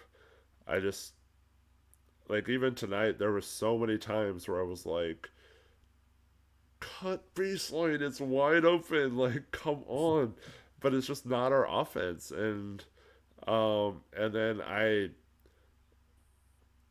I keep coming back to this because I really believe that Shaden Sharp would thrive off of free throw line extended screens where he curls off of them and gets the ball coming around those screens around the free throw line, already kind of taking a step towards the basket where he could read the defense and attack the rim. And we just never do it. Never. And it's all just, okay, here's the ball, Shaden. We've tried to score other ways the last three possessions. Now it's your turn to go try to create. And he obviously needs to do things better himself too. He's got to get his base stronger. He's always falling down. He's always kind of getting stood up when he drives into traffic. Um, just way too weak down there. So he's got to improve that. But I still feel like we're using him way wrong, just like with Klingan, and uh, but I do agree with the people who say he doesn't have much dog or hasn't shown that yet. He definitely doesn't seem to have that. Just I'm gonna take over this game, or I'm gonna get in someone's face, or I'm gonna poster someone, or whatever. I just I wish he had it, and maybe that could still be brought out of him by the right coach. But I still go back to it. It was just kind of a weird situation, him being hurt at the end of the year and being thrown back into. So it's kind of tough. Um, I mean, when you think about his talent and his skill set, maybe not necessarily the way that he applies it, but for example, I mean, look no further than this series. Can you imagine how the Spurs would use him? Yeah. Like, oh my Well, gosh. going back to that, I never really got a chance to answer Oh yeah. the Mitch question earlier. If he's a good coach, Mhm. I do think one sign of a good coach is how players know what their role is and do their job when they're on the court. Don't try to do more than they're capable of. And I do, watching the Spurs team, I was really impressed with how many guys would come in and just. I mean, how many times did like Do their job. Luke Cornett? We're like, wow, they don't even need Wemby on the court because like Cornet's freaking killing us, and Yeah. and so they got guy like Keldon Johnson was sixth man of the year. That's a guy who in the past kind of um I wouldn't necessarily call him a Kyle Kuzma type, but like that he's been that kind of player where he kind of does his own thing on the court a lot and doesn't really do winning type plays. But I saw him make all kinds of winning plays in this series. Um, yeah, um, so yeah, I just think if if Sharp was on a team like that where it was a little bit more defined what he was supposed to do instead of just, okay, once every 5 plays, you're just going to need to make something happen on offense and figure something out. I don't know if that kind of structure or non-structure is best for some of our young players. Yeah. Um, do you have any further points on Sharp, or can we move on to somebody else? Um, I do. I mean, I don't know what the minutes thing was, but I do. I was kind of frustrated with we can't score and let's put in City Sissoko and Matisse Seibel instead of Sharp and the second Oh, half. Matisse was brutal, Yeah, brutal tonight. yeah. I also so Steve Thanks, Alex. Steve Jones on Twitter. Hmm. Um, You mean snap. Steve Jones Yeah, Jr.? yeah, the His snapper's kid? son. Yeah. Yeah. So he posted a video after last game, not this game, which showed what he described as Thiago identifying the play the Spurs were about to run, and then the players on the court not doing anything. In particular, it was um, it was a play where Wemby goes to the far corner, the ball's on the near side, and they run a screen for Wemby away, and he curls to the middle, and so in Steve Jones' tweet, he mentioned how Sharp just stands there and doesn't react to Wemby coming across the middle, which is true. Uh, and then Sharp immediately puts his hand up. My bad. I didn't play that right, or I didn't rotate properly, or whatever. I want to know why no one is pointing out why the heck Jeremy Grant, if he knows that's the play, like Thiago called out, like Steve Jones said, why the heck is Jeremy pressed up against Wemby 30 feet away from the ball, knowing he's about to get screened to where if he does get screened in that position, he gets completely taken out of the play? If he is in a help position a few feet off of Wemby, he can't be screened, because if the screen comes into that open space, he just steps right around it, and Wemby, when he curls, would curl right into Jeremy. Yeah. So, to me, Shaden should have recognized that Jeremy got obliterated on the screen, of course, and needed help. So that is on Shaden Sharp. But why the heck was Jeremy pressed up against him on the sideline if they knew the screen was coming, instead of playing off of him? Because there's no way they were making the pass across court to Wemby, and if they did, Jeremy would have had plenty of time to get back out on him.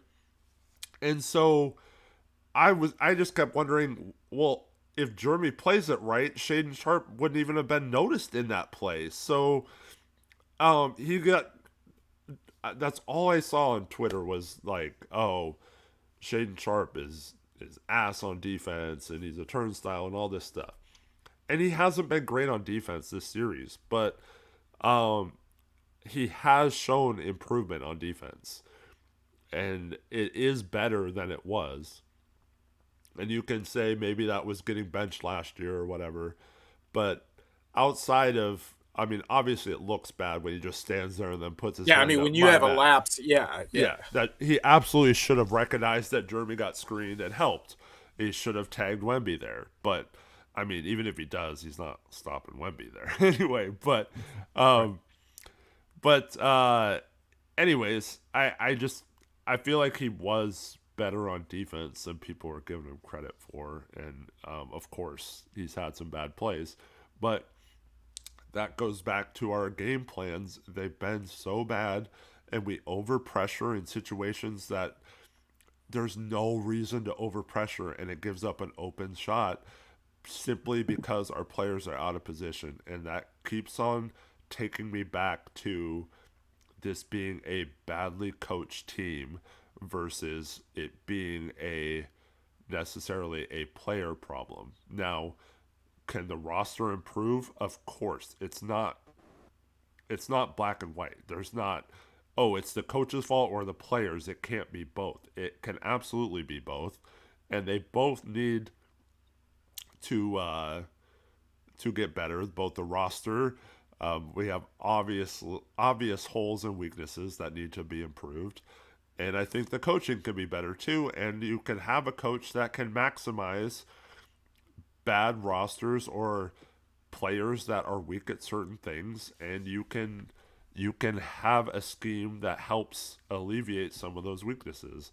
And I don't think we had either a roster good enough to uh, overcome it, and we didn't have a coaching staff to game plan to overcome it. So just kind of a bad combination there.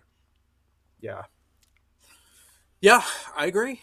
I mean, you've, and I've mentioned this to you before. I mean, you're noticing more things deeper, and a lot of things that people are saying in chat, on deeper levels than I have. I mean, because of my brain stuff and things like that. Like I haven't been able to watch as many games this year. Obviously, that's going to change next year, and I'll figure out how to juggle all of that stuff. But yeah, I just think it's a little tough.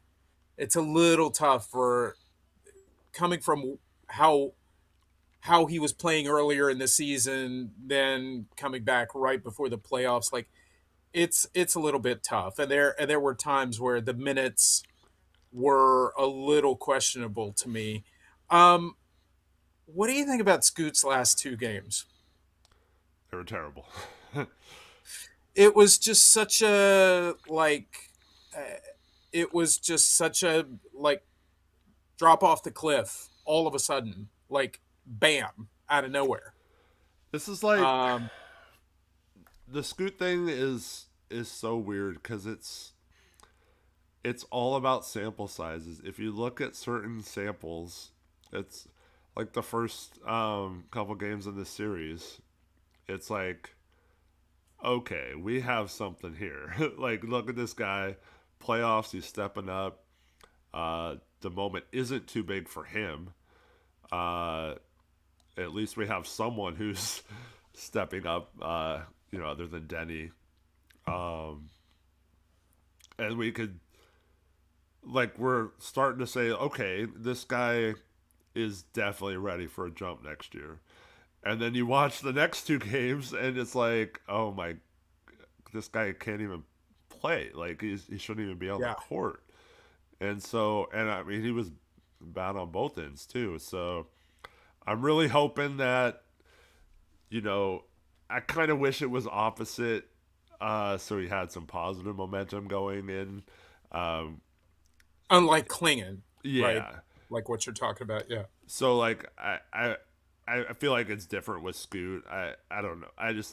I think too much negative would be bad on him. I think someone like Klingan, like you mentioned earlier, I think would handle getting embarrassed a little better at this point of their careers or this stage. yeah. So I I don't know what Scoot's gonna do. I'm really hoping these two games show how much work he still needs to do, and he puts in that work like he seemingly has the last few off seasons. But yeah, it's tough, man, because uh, consistency is a really important thing, and a lot of these guys, Klingman, Sharp, Scoot, are all still young enough to eventually get to be consistent.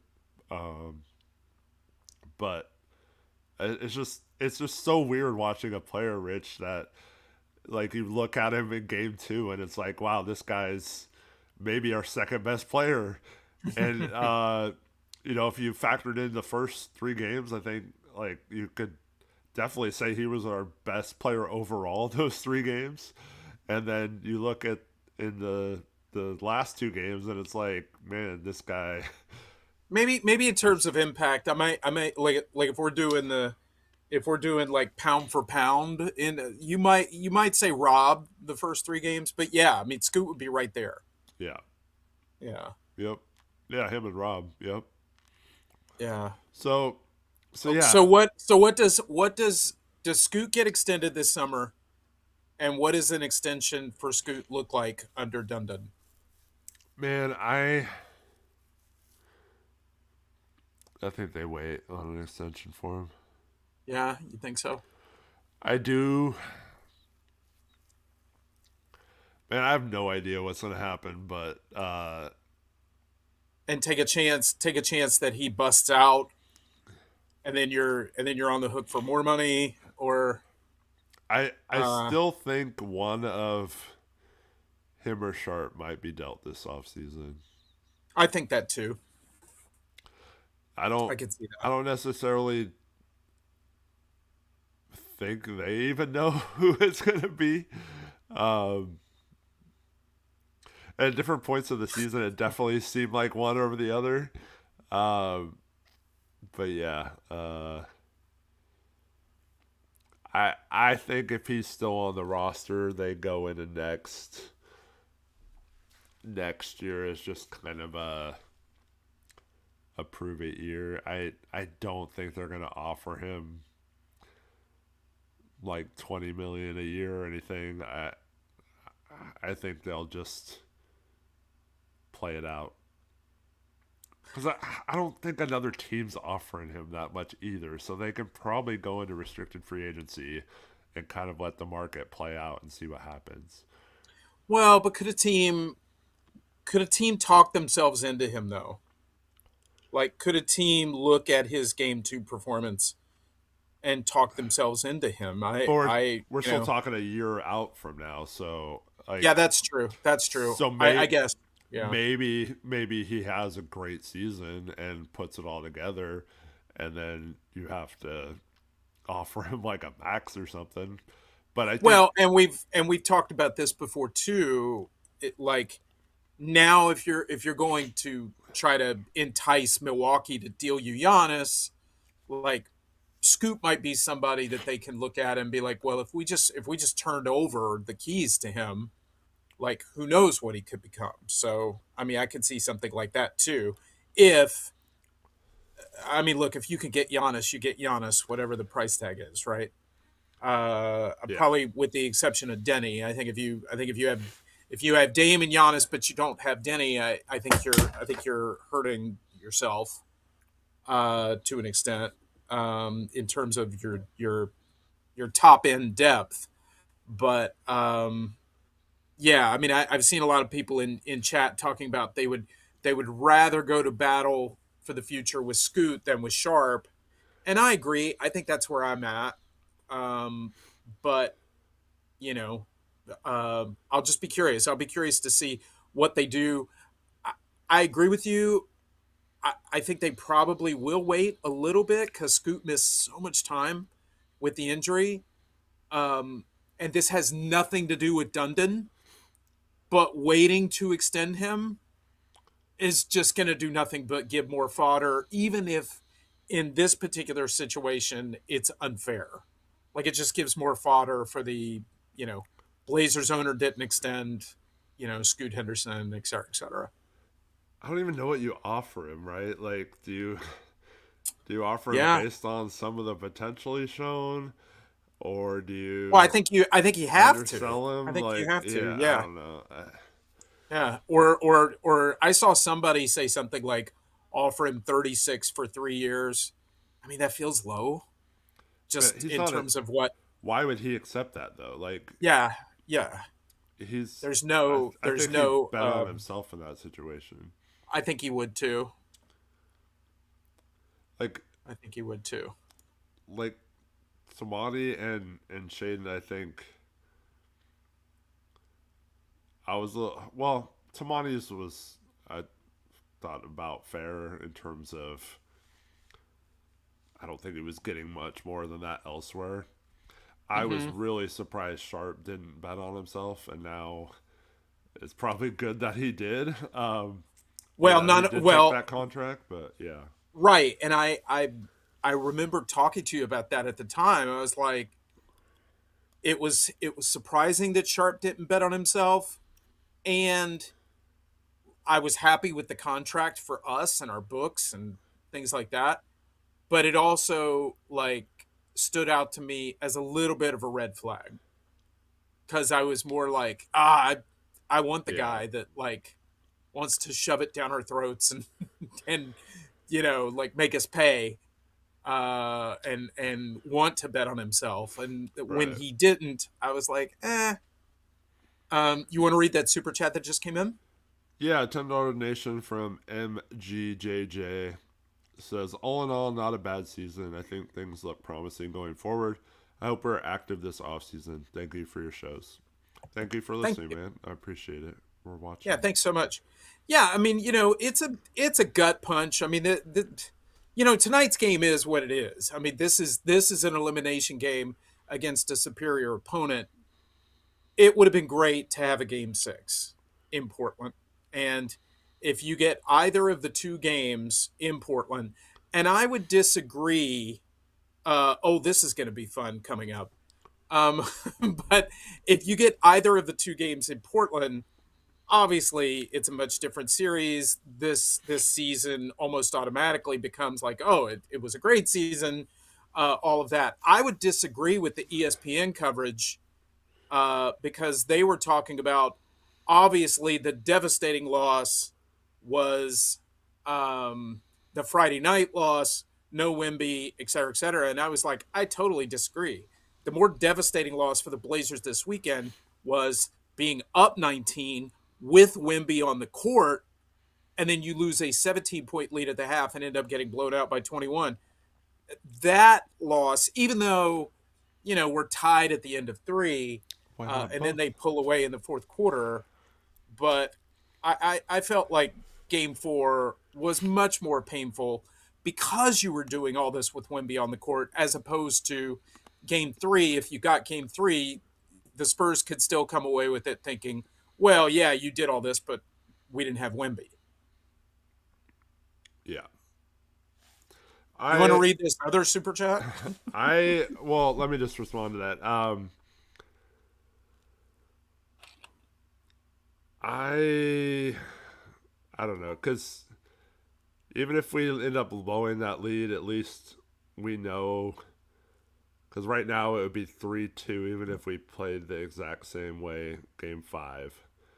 We'd be coming home for a game 6 with that, and then game 7's anything could happen, but yeah, I Sure. mean, they were all, I don't know, I don't necessarily agree that they were winnable, all in 1, 3, and 4, like pocket development says. But yeah, it just it sucks that you lost in the way they lost in both of them. And Yeah. I mean, the Spurs are a better team, yes, but you also played like absolute crap for whole halves.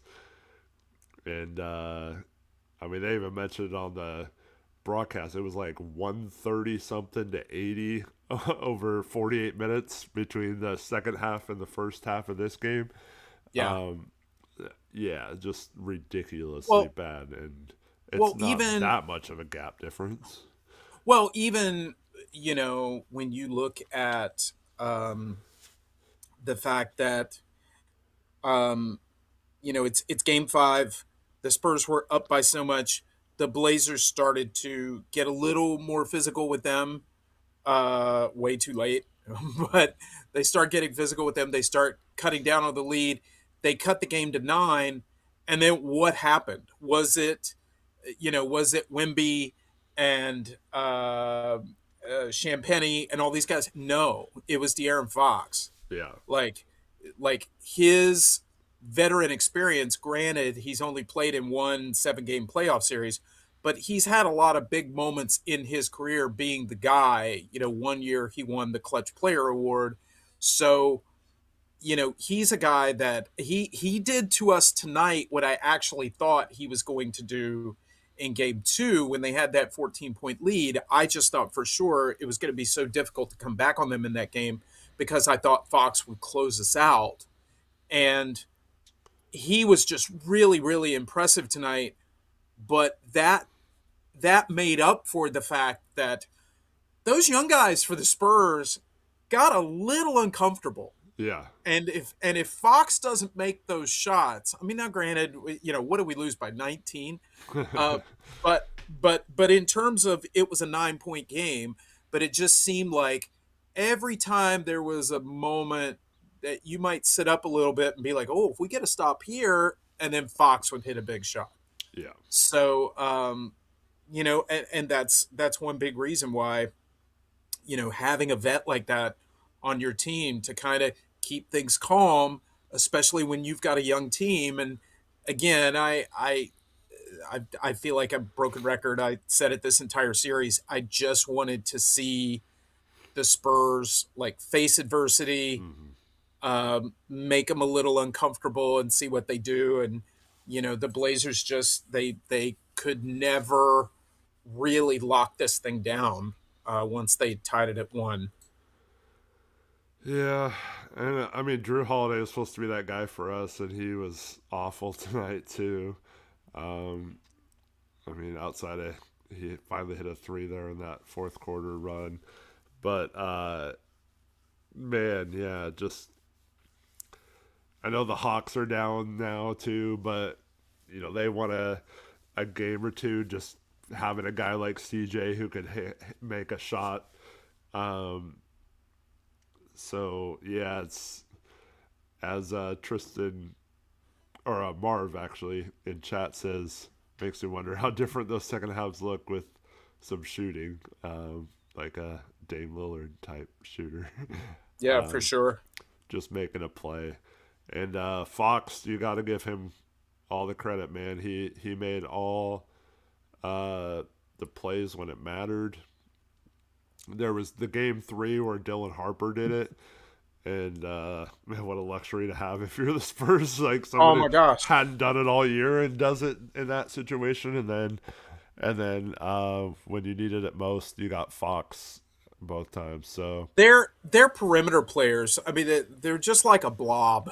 yeah, It's like, who is doing stuff? Is it Castle? Is it Vassell? Is it Donner and Blitzen? I get confused. But that's because all of those guys, like they all, and that's not a slam on them. Like they're just all interchangeable, but have very complementary skill sets. I mean, they're just loaded from a perimeter standpoint. yeah, and that's why I would have liked to seen them just throw something different at Fox. I felt like you just let him get too comfortable with the drop coverage or the way they were trying to guard him. Um, so yeah, I would have liked to see him do something. But to your point, their role players like Champagny would probably just get a kick out three and hit it. So it seems Yeah. like that was always, no matter how we played, they had some sort of outlet or way of beating it. So Well, unfortunately, even like watching Castle tonight, I I thought Castle was just out of control tonight. Like just not having a good game. He fouls out, and then you're like, oh, he's got 15 points. I mean, like yeah, like even what I would consider probably like when he looks back on tonight's game, yeah, like a bad game for him, and he had 15 points. So yeah, they're just they've got a lot of talent, and they've got a lot of luxury. And when they were talking on the broadcast, when they were talking about when Wemby grows into his Giannis body, I don't know if that's going to happen necessarily. I mean, no, I guess to a certain extent, but I think Wemby's going to be pretty slight yeah, for most of his career. He's more likely to be a Kevin Durant type of body throughout his career than turn into Giannis. yeah, I agree. So, um, do you think Drew? I see a comment. Drew will be a good six man next year. Hope he is still here. Do you think it's time for Drew to be a sixth man?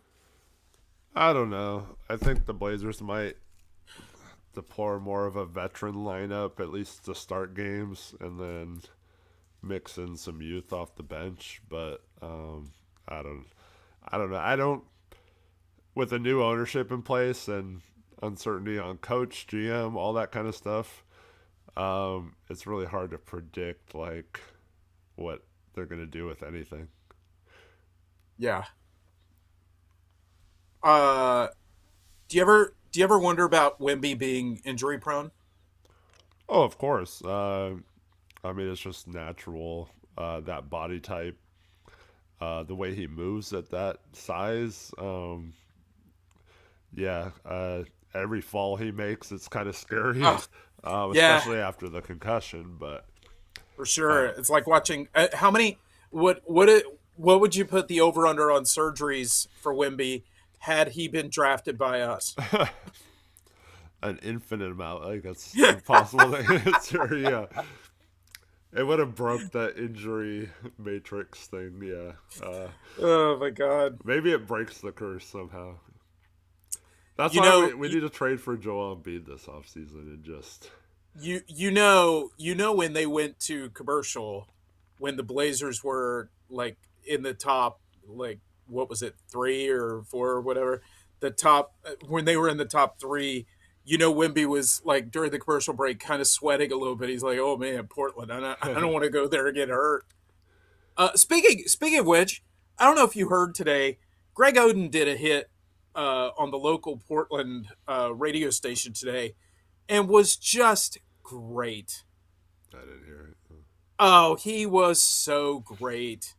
Had a great interview today. I forget your guys' local call signs up there, but yeah, he was on. It was funny and was so engaging. And I think he's probably what by now he's like 37, 38 years old.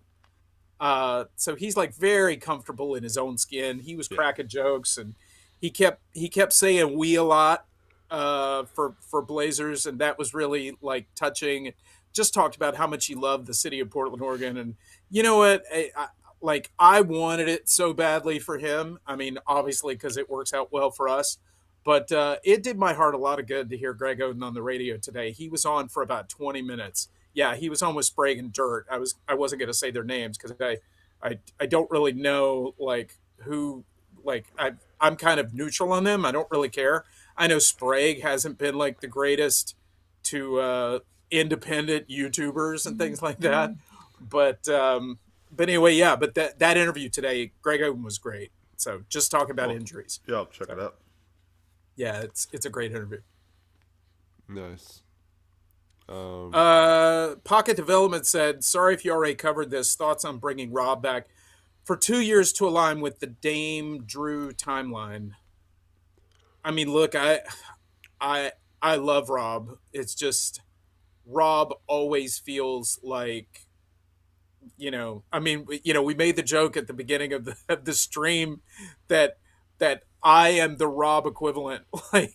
Like you just you watch you watch Rob, and it's such a shame that he's so injury prone.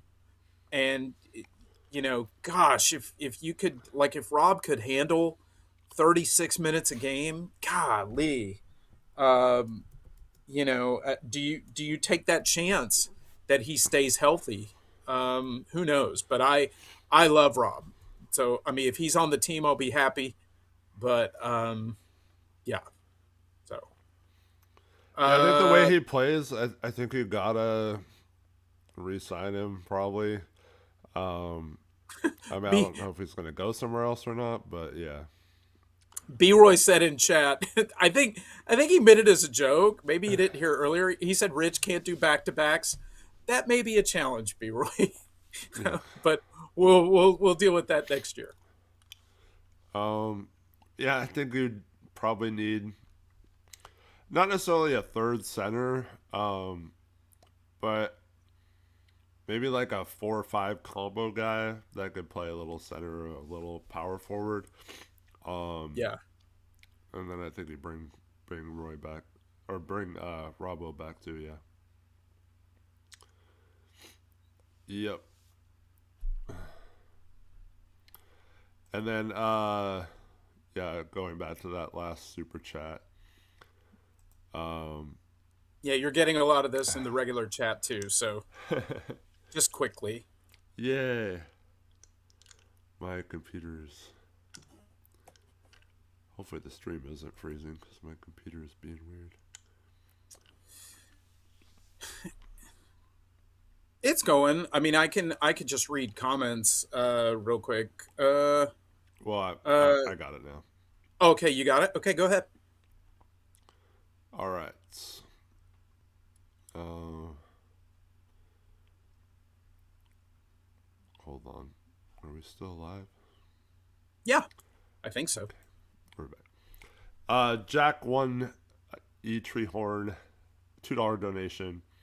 This is the guy who loves Marcus Camby.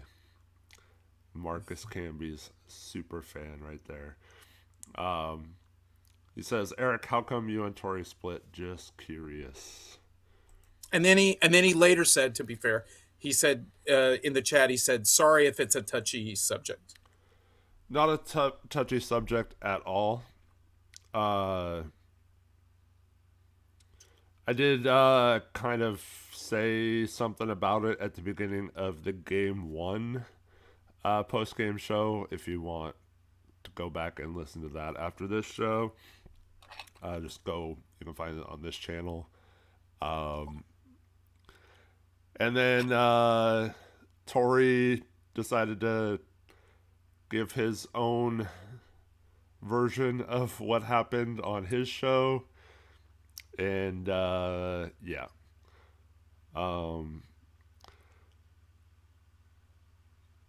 Let me just say in response to that, I've been trying to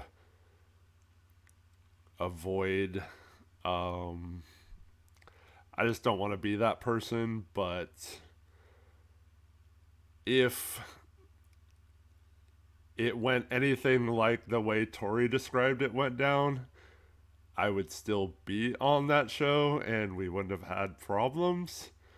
Um, yeah, so yeah, I'll just leave it at that. And it's definitely, I mean, just for myself, because I'm like on the side, but it definitely wasn't like, you know, me whispering in Eric's ear to leave or get him. You know, if anything, I said this at the beginning of the chat.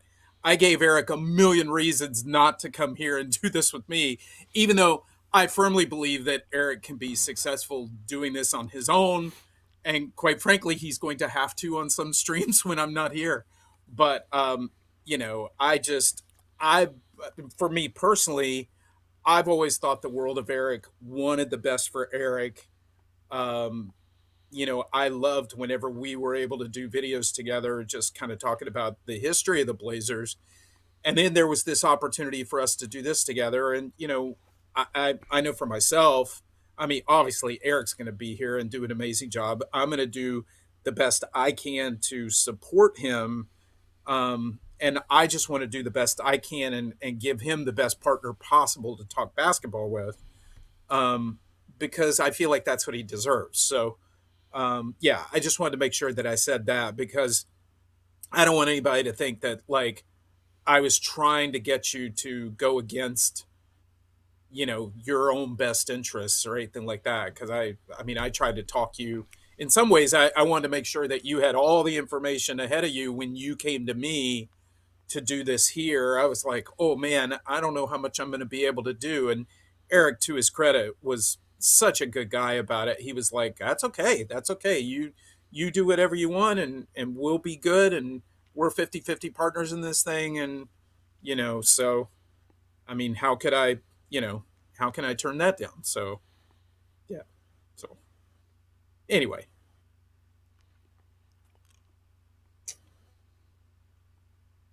um, let's see.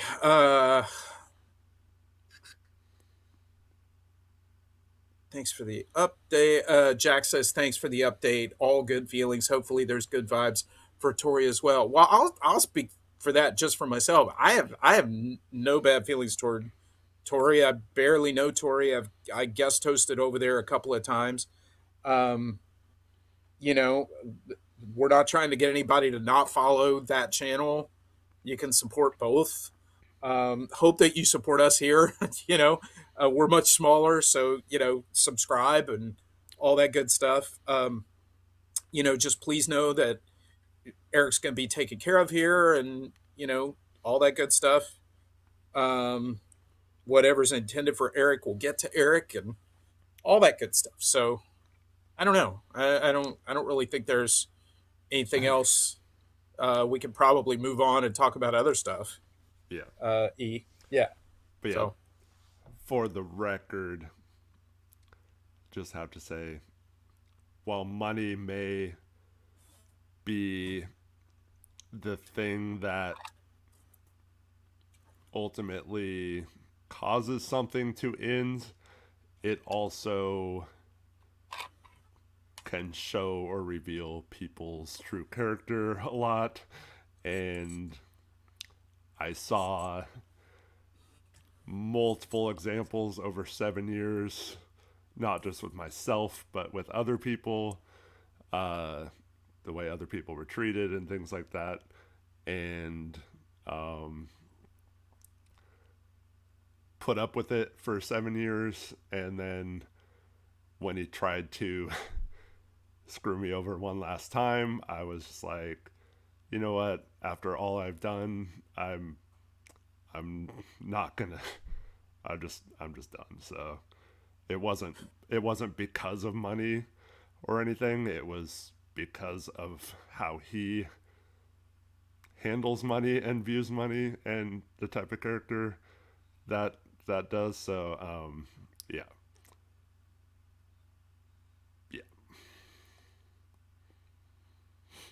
So hey, the next coach, huh? Yeah. Right. Eric, let's put a timer. Not an official timer, but let's look at the time because we've been going for like 2 hours and 20 minutes, and I'm okay.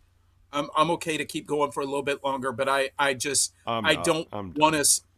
You're done. Oh well, can we at least give chat like a 10-minute heads up, and then we'll get out of here. Let's not end the show on like downer stuff and things like that. I was So, kidding. Yeah. what do you guys? I keep seeing Adrian Griffin for coaching. Alex,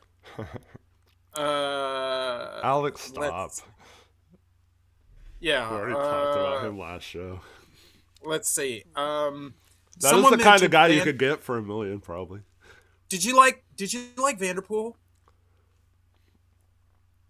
I did at the time. I loved all the stories about him and Damon CJ. I mean, I always loved hearing that stuff. I thought he was going to be a head coach.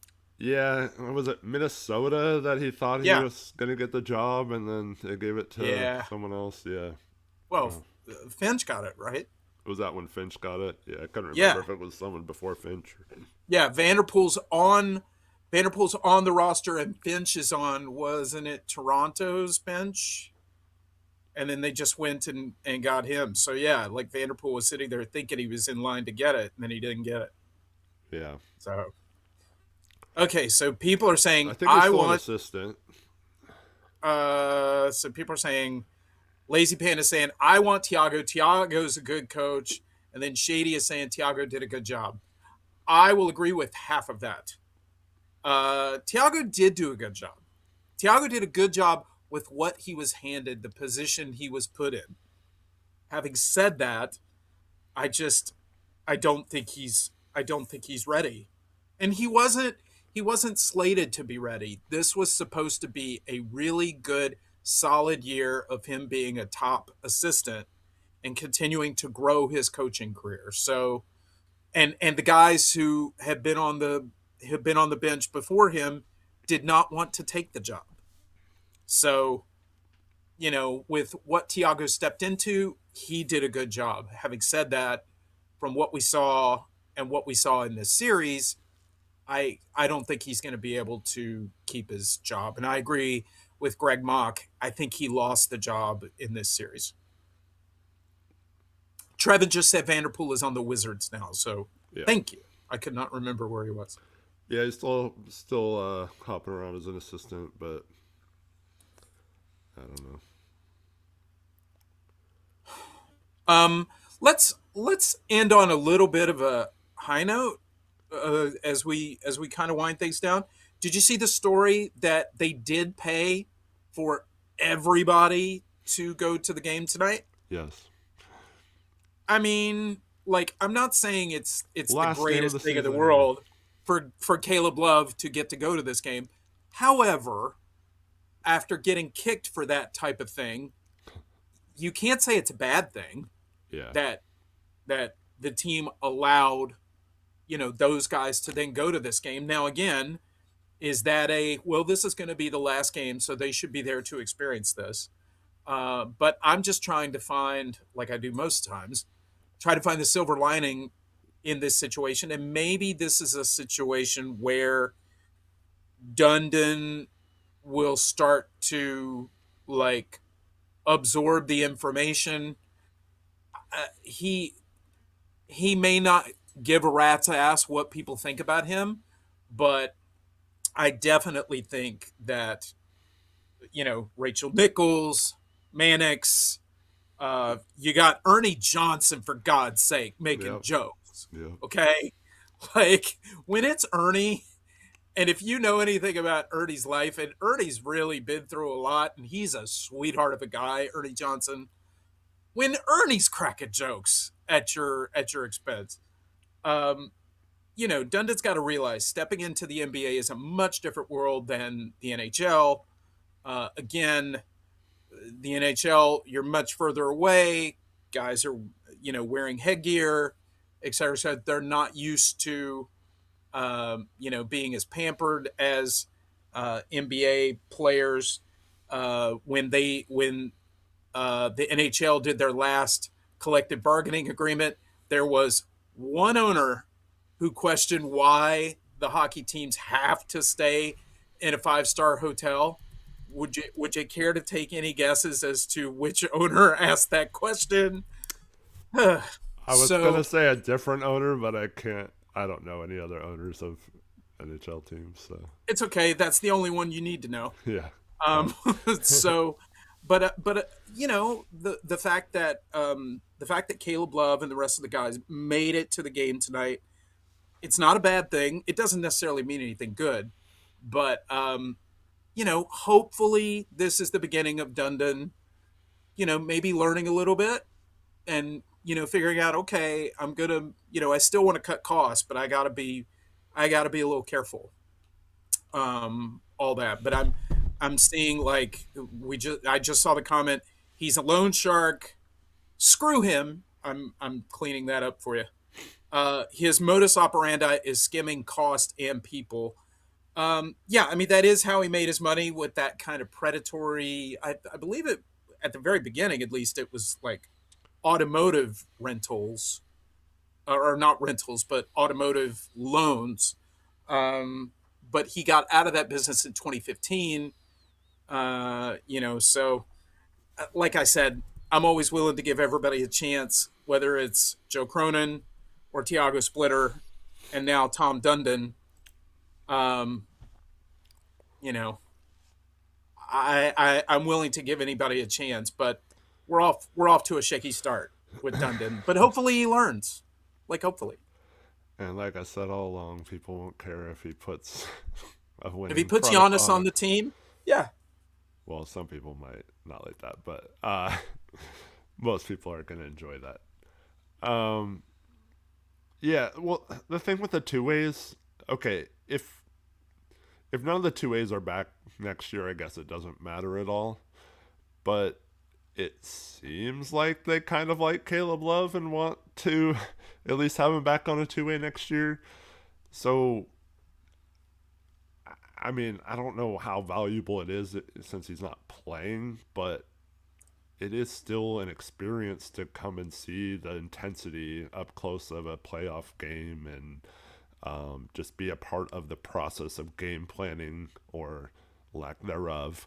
Um, just, I don't know, just seeing that in person, if it's a player you're invested in, their future, Well, and like, I don't know. and we also don't know, like, when it comes to those kind of things, some of those guys and their stories and just their personalities around the rest of the guys, like, it's just it's good to have your guys around you. And when some of the guys aren't there, particularly if they're a guy that, kind of cracks jokes, keeps the locker room loose, or, is up on his feet and encouraging guys and things like that, like, just not having them around is not ideal.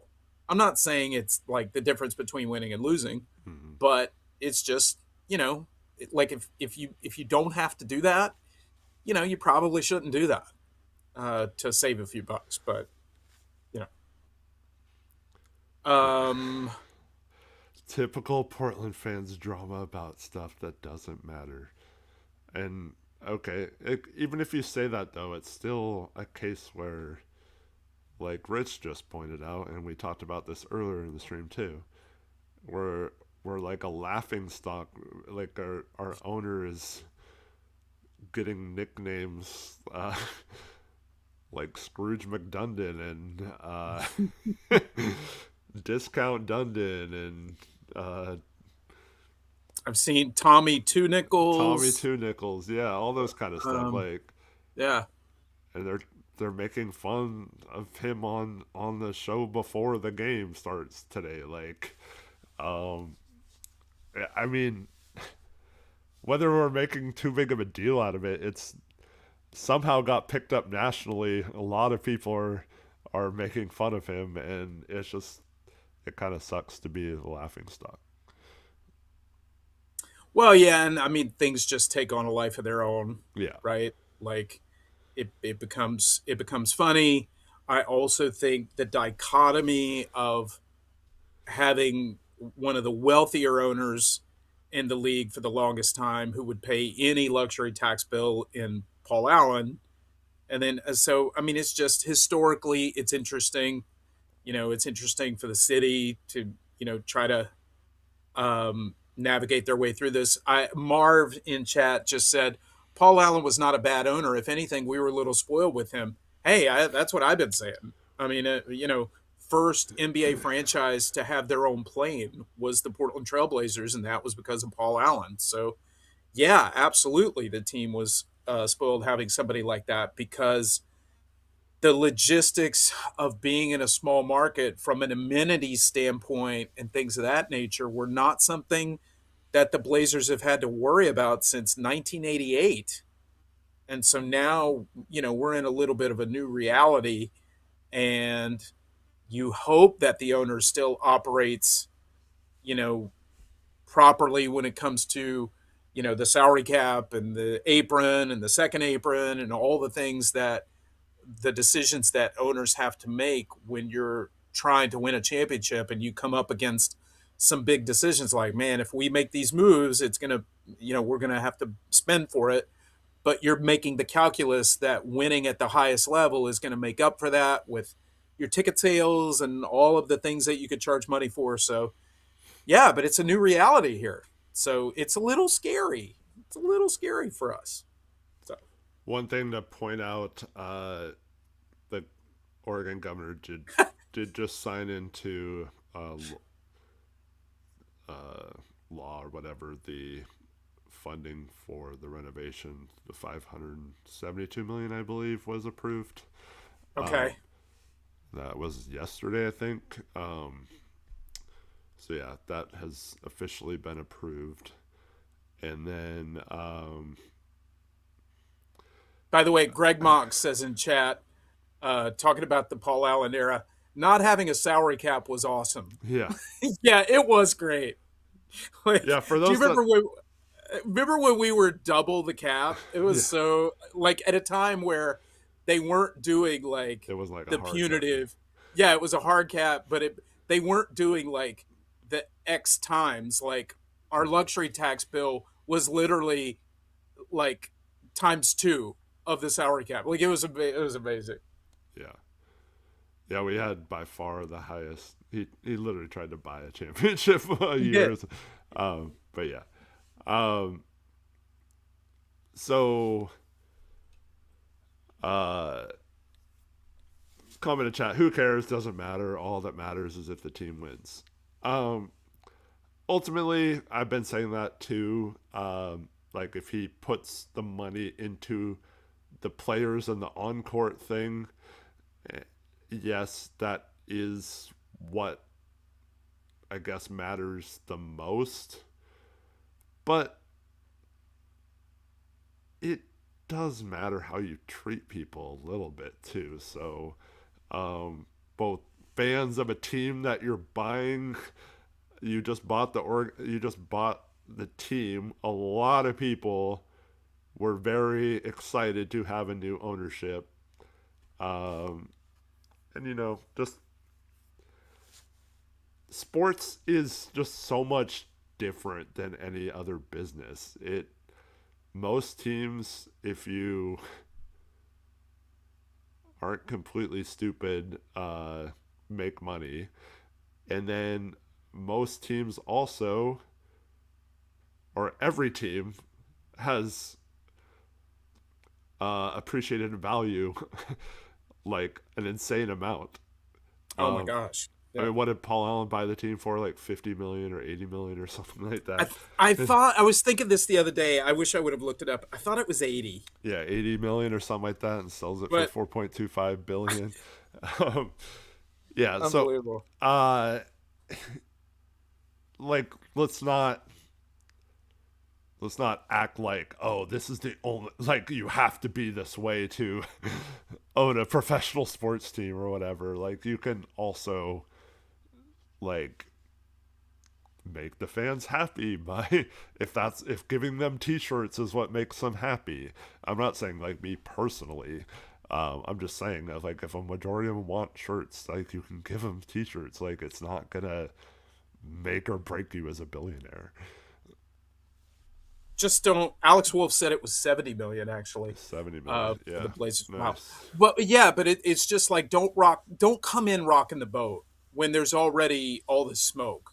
Yeah, When the t-shirts thing is not really going to cost you anything. So, um, Eric, let me go ahead and at least from my side, let me kind of say my last little bit to the chat for tonight, and then I'll let you kind of wind us down out of here. To everybody in chat, thank you guys so much for being here. Really appreciate it. We've been going almost like 2 hours two and and a 40 half. minutes, Yeah, something like that. Yeah. So for those of you who have been here for the whole chat, or for most of it, I see a lot of the same names commenting. Thank you guys so much for being here. Really appreciate it. Really appreciate all your support. Completely agree with so much of the sentiment. Love Eric. We all want to see, we all want the best for Eric and all of that. So, um, and for the Blazers as well. Tonight was tough, a little tough to watch tonight's game. But I felt better about how the team closed out the season, at least for that stretch in the fourth quarter. Felt a little bit better about it.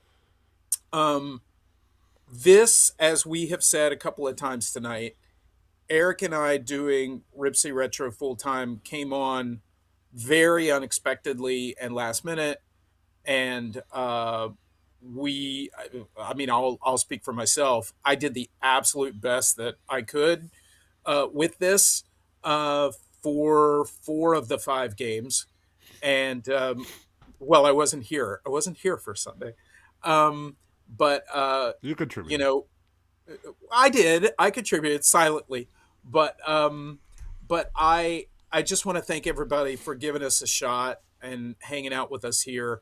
And we're gonna kick around ideas for making the show better and a little smoother, and you know, like not to sound like Dundon, but we do care about the fan experience here. So we we I can't promise you orange chicken, but I I mean I'll have it.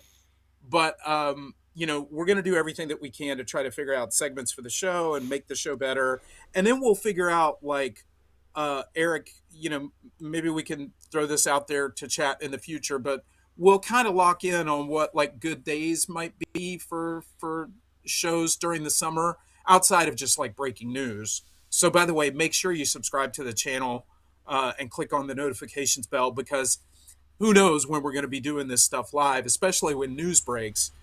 Eric, especially, will be jumping all over that. Um, but just moving forward, this is a work in progress, so we're out. So any suggestions that you guys have, we would love to hear them. And just thank you guys so much for joining us for these 5 live streams for these 5 playoff games. Did not see this coming, but just really appreciate all you guys in chat. Thanks so much for giving us a shot. And I hope that you continue to do so. And that's it for me for tonight. Yeah, I want to echo those sentiments as well. Thank you so much for all your support and for, like Rich said, giving us a view and watching, even if you no longer wish to. Appreciate you trying or checking it out. And hope to see most of you again, throughout the off season and hopefully next season as well. And hopefully the Blazers can build upon this season. It's kind of weird thinking a lot about expectations and the season as a whole.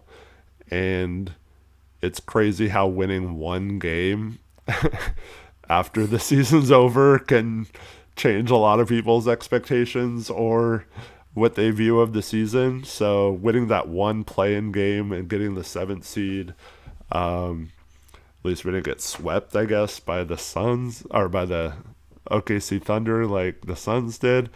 But yeah, really, I mean, the Blazers basically won one more game, 2, I guess, if you can say you expected them to get swept in the first round.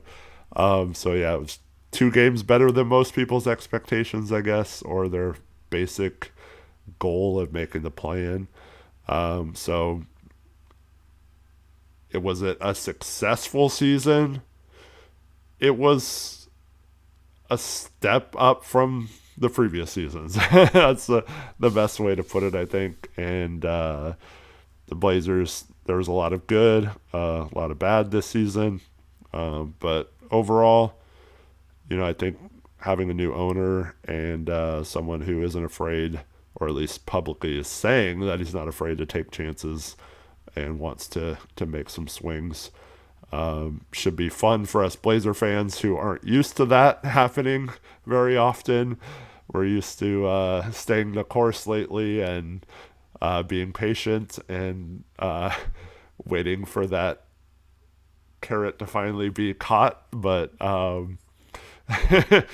we hopefully will get to be rewarded for our loyalty and our Blazer fandom at some point with a journey back into fun contending basketball. See, hope Yep, it hangs in the rafters. Hope, injuries, disappointment. That's our live, laugh, love, right? Yeah. That's a But good anyways, the season as a whole, like I said, definitely wasn't a disappointing season. Definitely wasn't like crazy over the top. Wow, this team was way better than expected. It was, at least for me, was about what I thought of. 6-game improvement in the regular season seemed about right. Maybe could have been even better at times if not for injuries or losing a coach after one game, things like that. And once again, Thiago, I think, did a good job of managing the season, if nothing else. I think he deserves some credit for that. Still don't know if he's the right guy X's and O's wise, but overall, just a really fun season, and glad the Blazers are in this type of range versus winning 20-some games and all that kind of stuff. And even though that makes the draft lottery less fun here in 12 days or whenever it is, it does it does it does bring some joy to watch playoff basketball again. And remember, oh yeah, that's why I hate this. The Blazers always always do something that makes you pissed off or sad or whatever. But at least we got some emotion this year instead of indifference or just flat out not caring about results or anything like that. We So were we were kind of like Wimby's dad for a long time, right, yeah, exactly. just stoic, and then all of a sudden. By the way, nice sign of life out of Wimby's dad late Right. in the game. It was good to see it. Yeah. So I'll always take being emotionally invested and stuff over the way this team made me feel for the last few years of not caring as much about them. And so hopefully it's a sign of better things to come. And hopefully you guys will enjoy that with us here on Rip City Retro as we move into this next phase of whatever this channel becomes. So thank you so much to all of you for watching, and thanks especially to all of you who have tuned in both to this channel and my previous channel throughout the season and previous seasons. Really means a lot to me that a lot of you have been there for a long time, and hopefully this channel can get back to some of the roots that made the other one fun, and that's being super interactive with chat and doing things on stream that involve a lot of you as well. So appreciate you all. Hope you all have a I good will I will rest of your night. not I will not be rooting for the San Francisco 49ers. I'm just going to tell you that right now. Yeah, that's fine. I don't Okay. care. Yeah, you root for whoever you want. But anyways, have a good night, everyone, and we'll see you soon. We'll have a live stream soon, probably next week at the latest, and Yeah. yep. So we'll see you then. I hope everyone has a good night. Thank you. This has been the Rip City Retro post game show. Oh, fist bump on the way out. Almost No, forgot. you guys need a hug. Come here. Hug me. Hug me.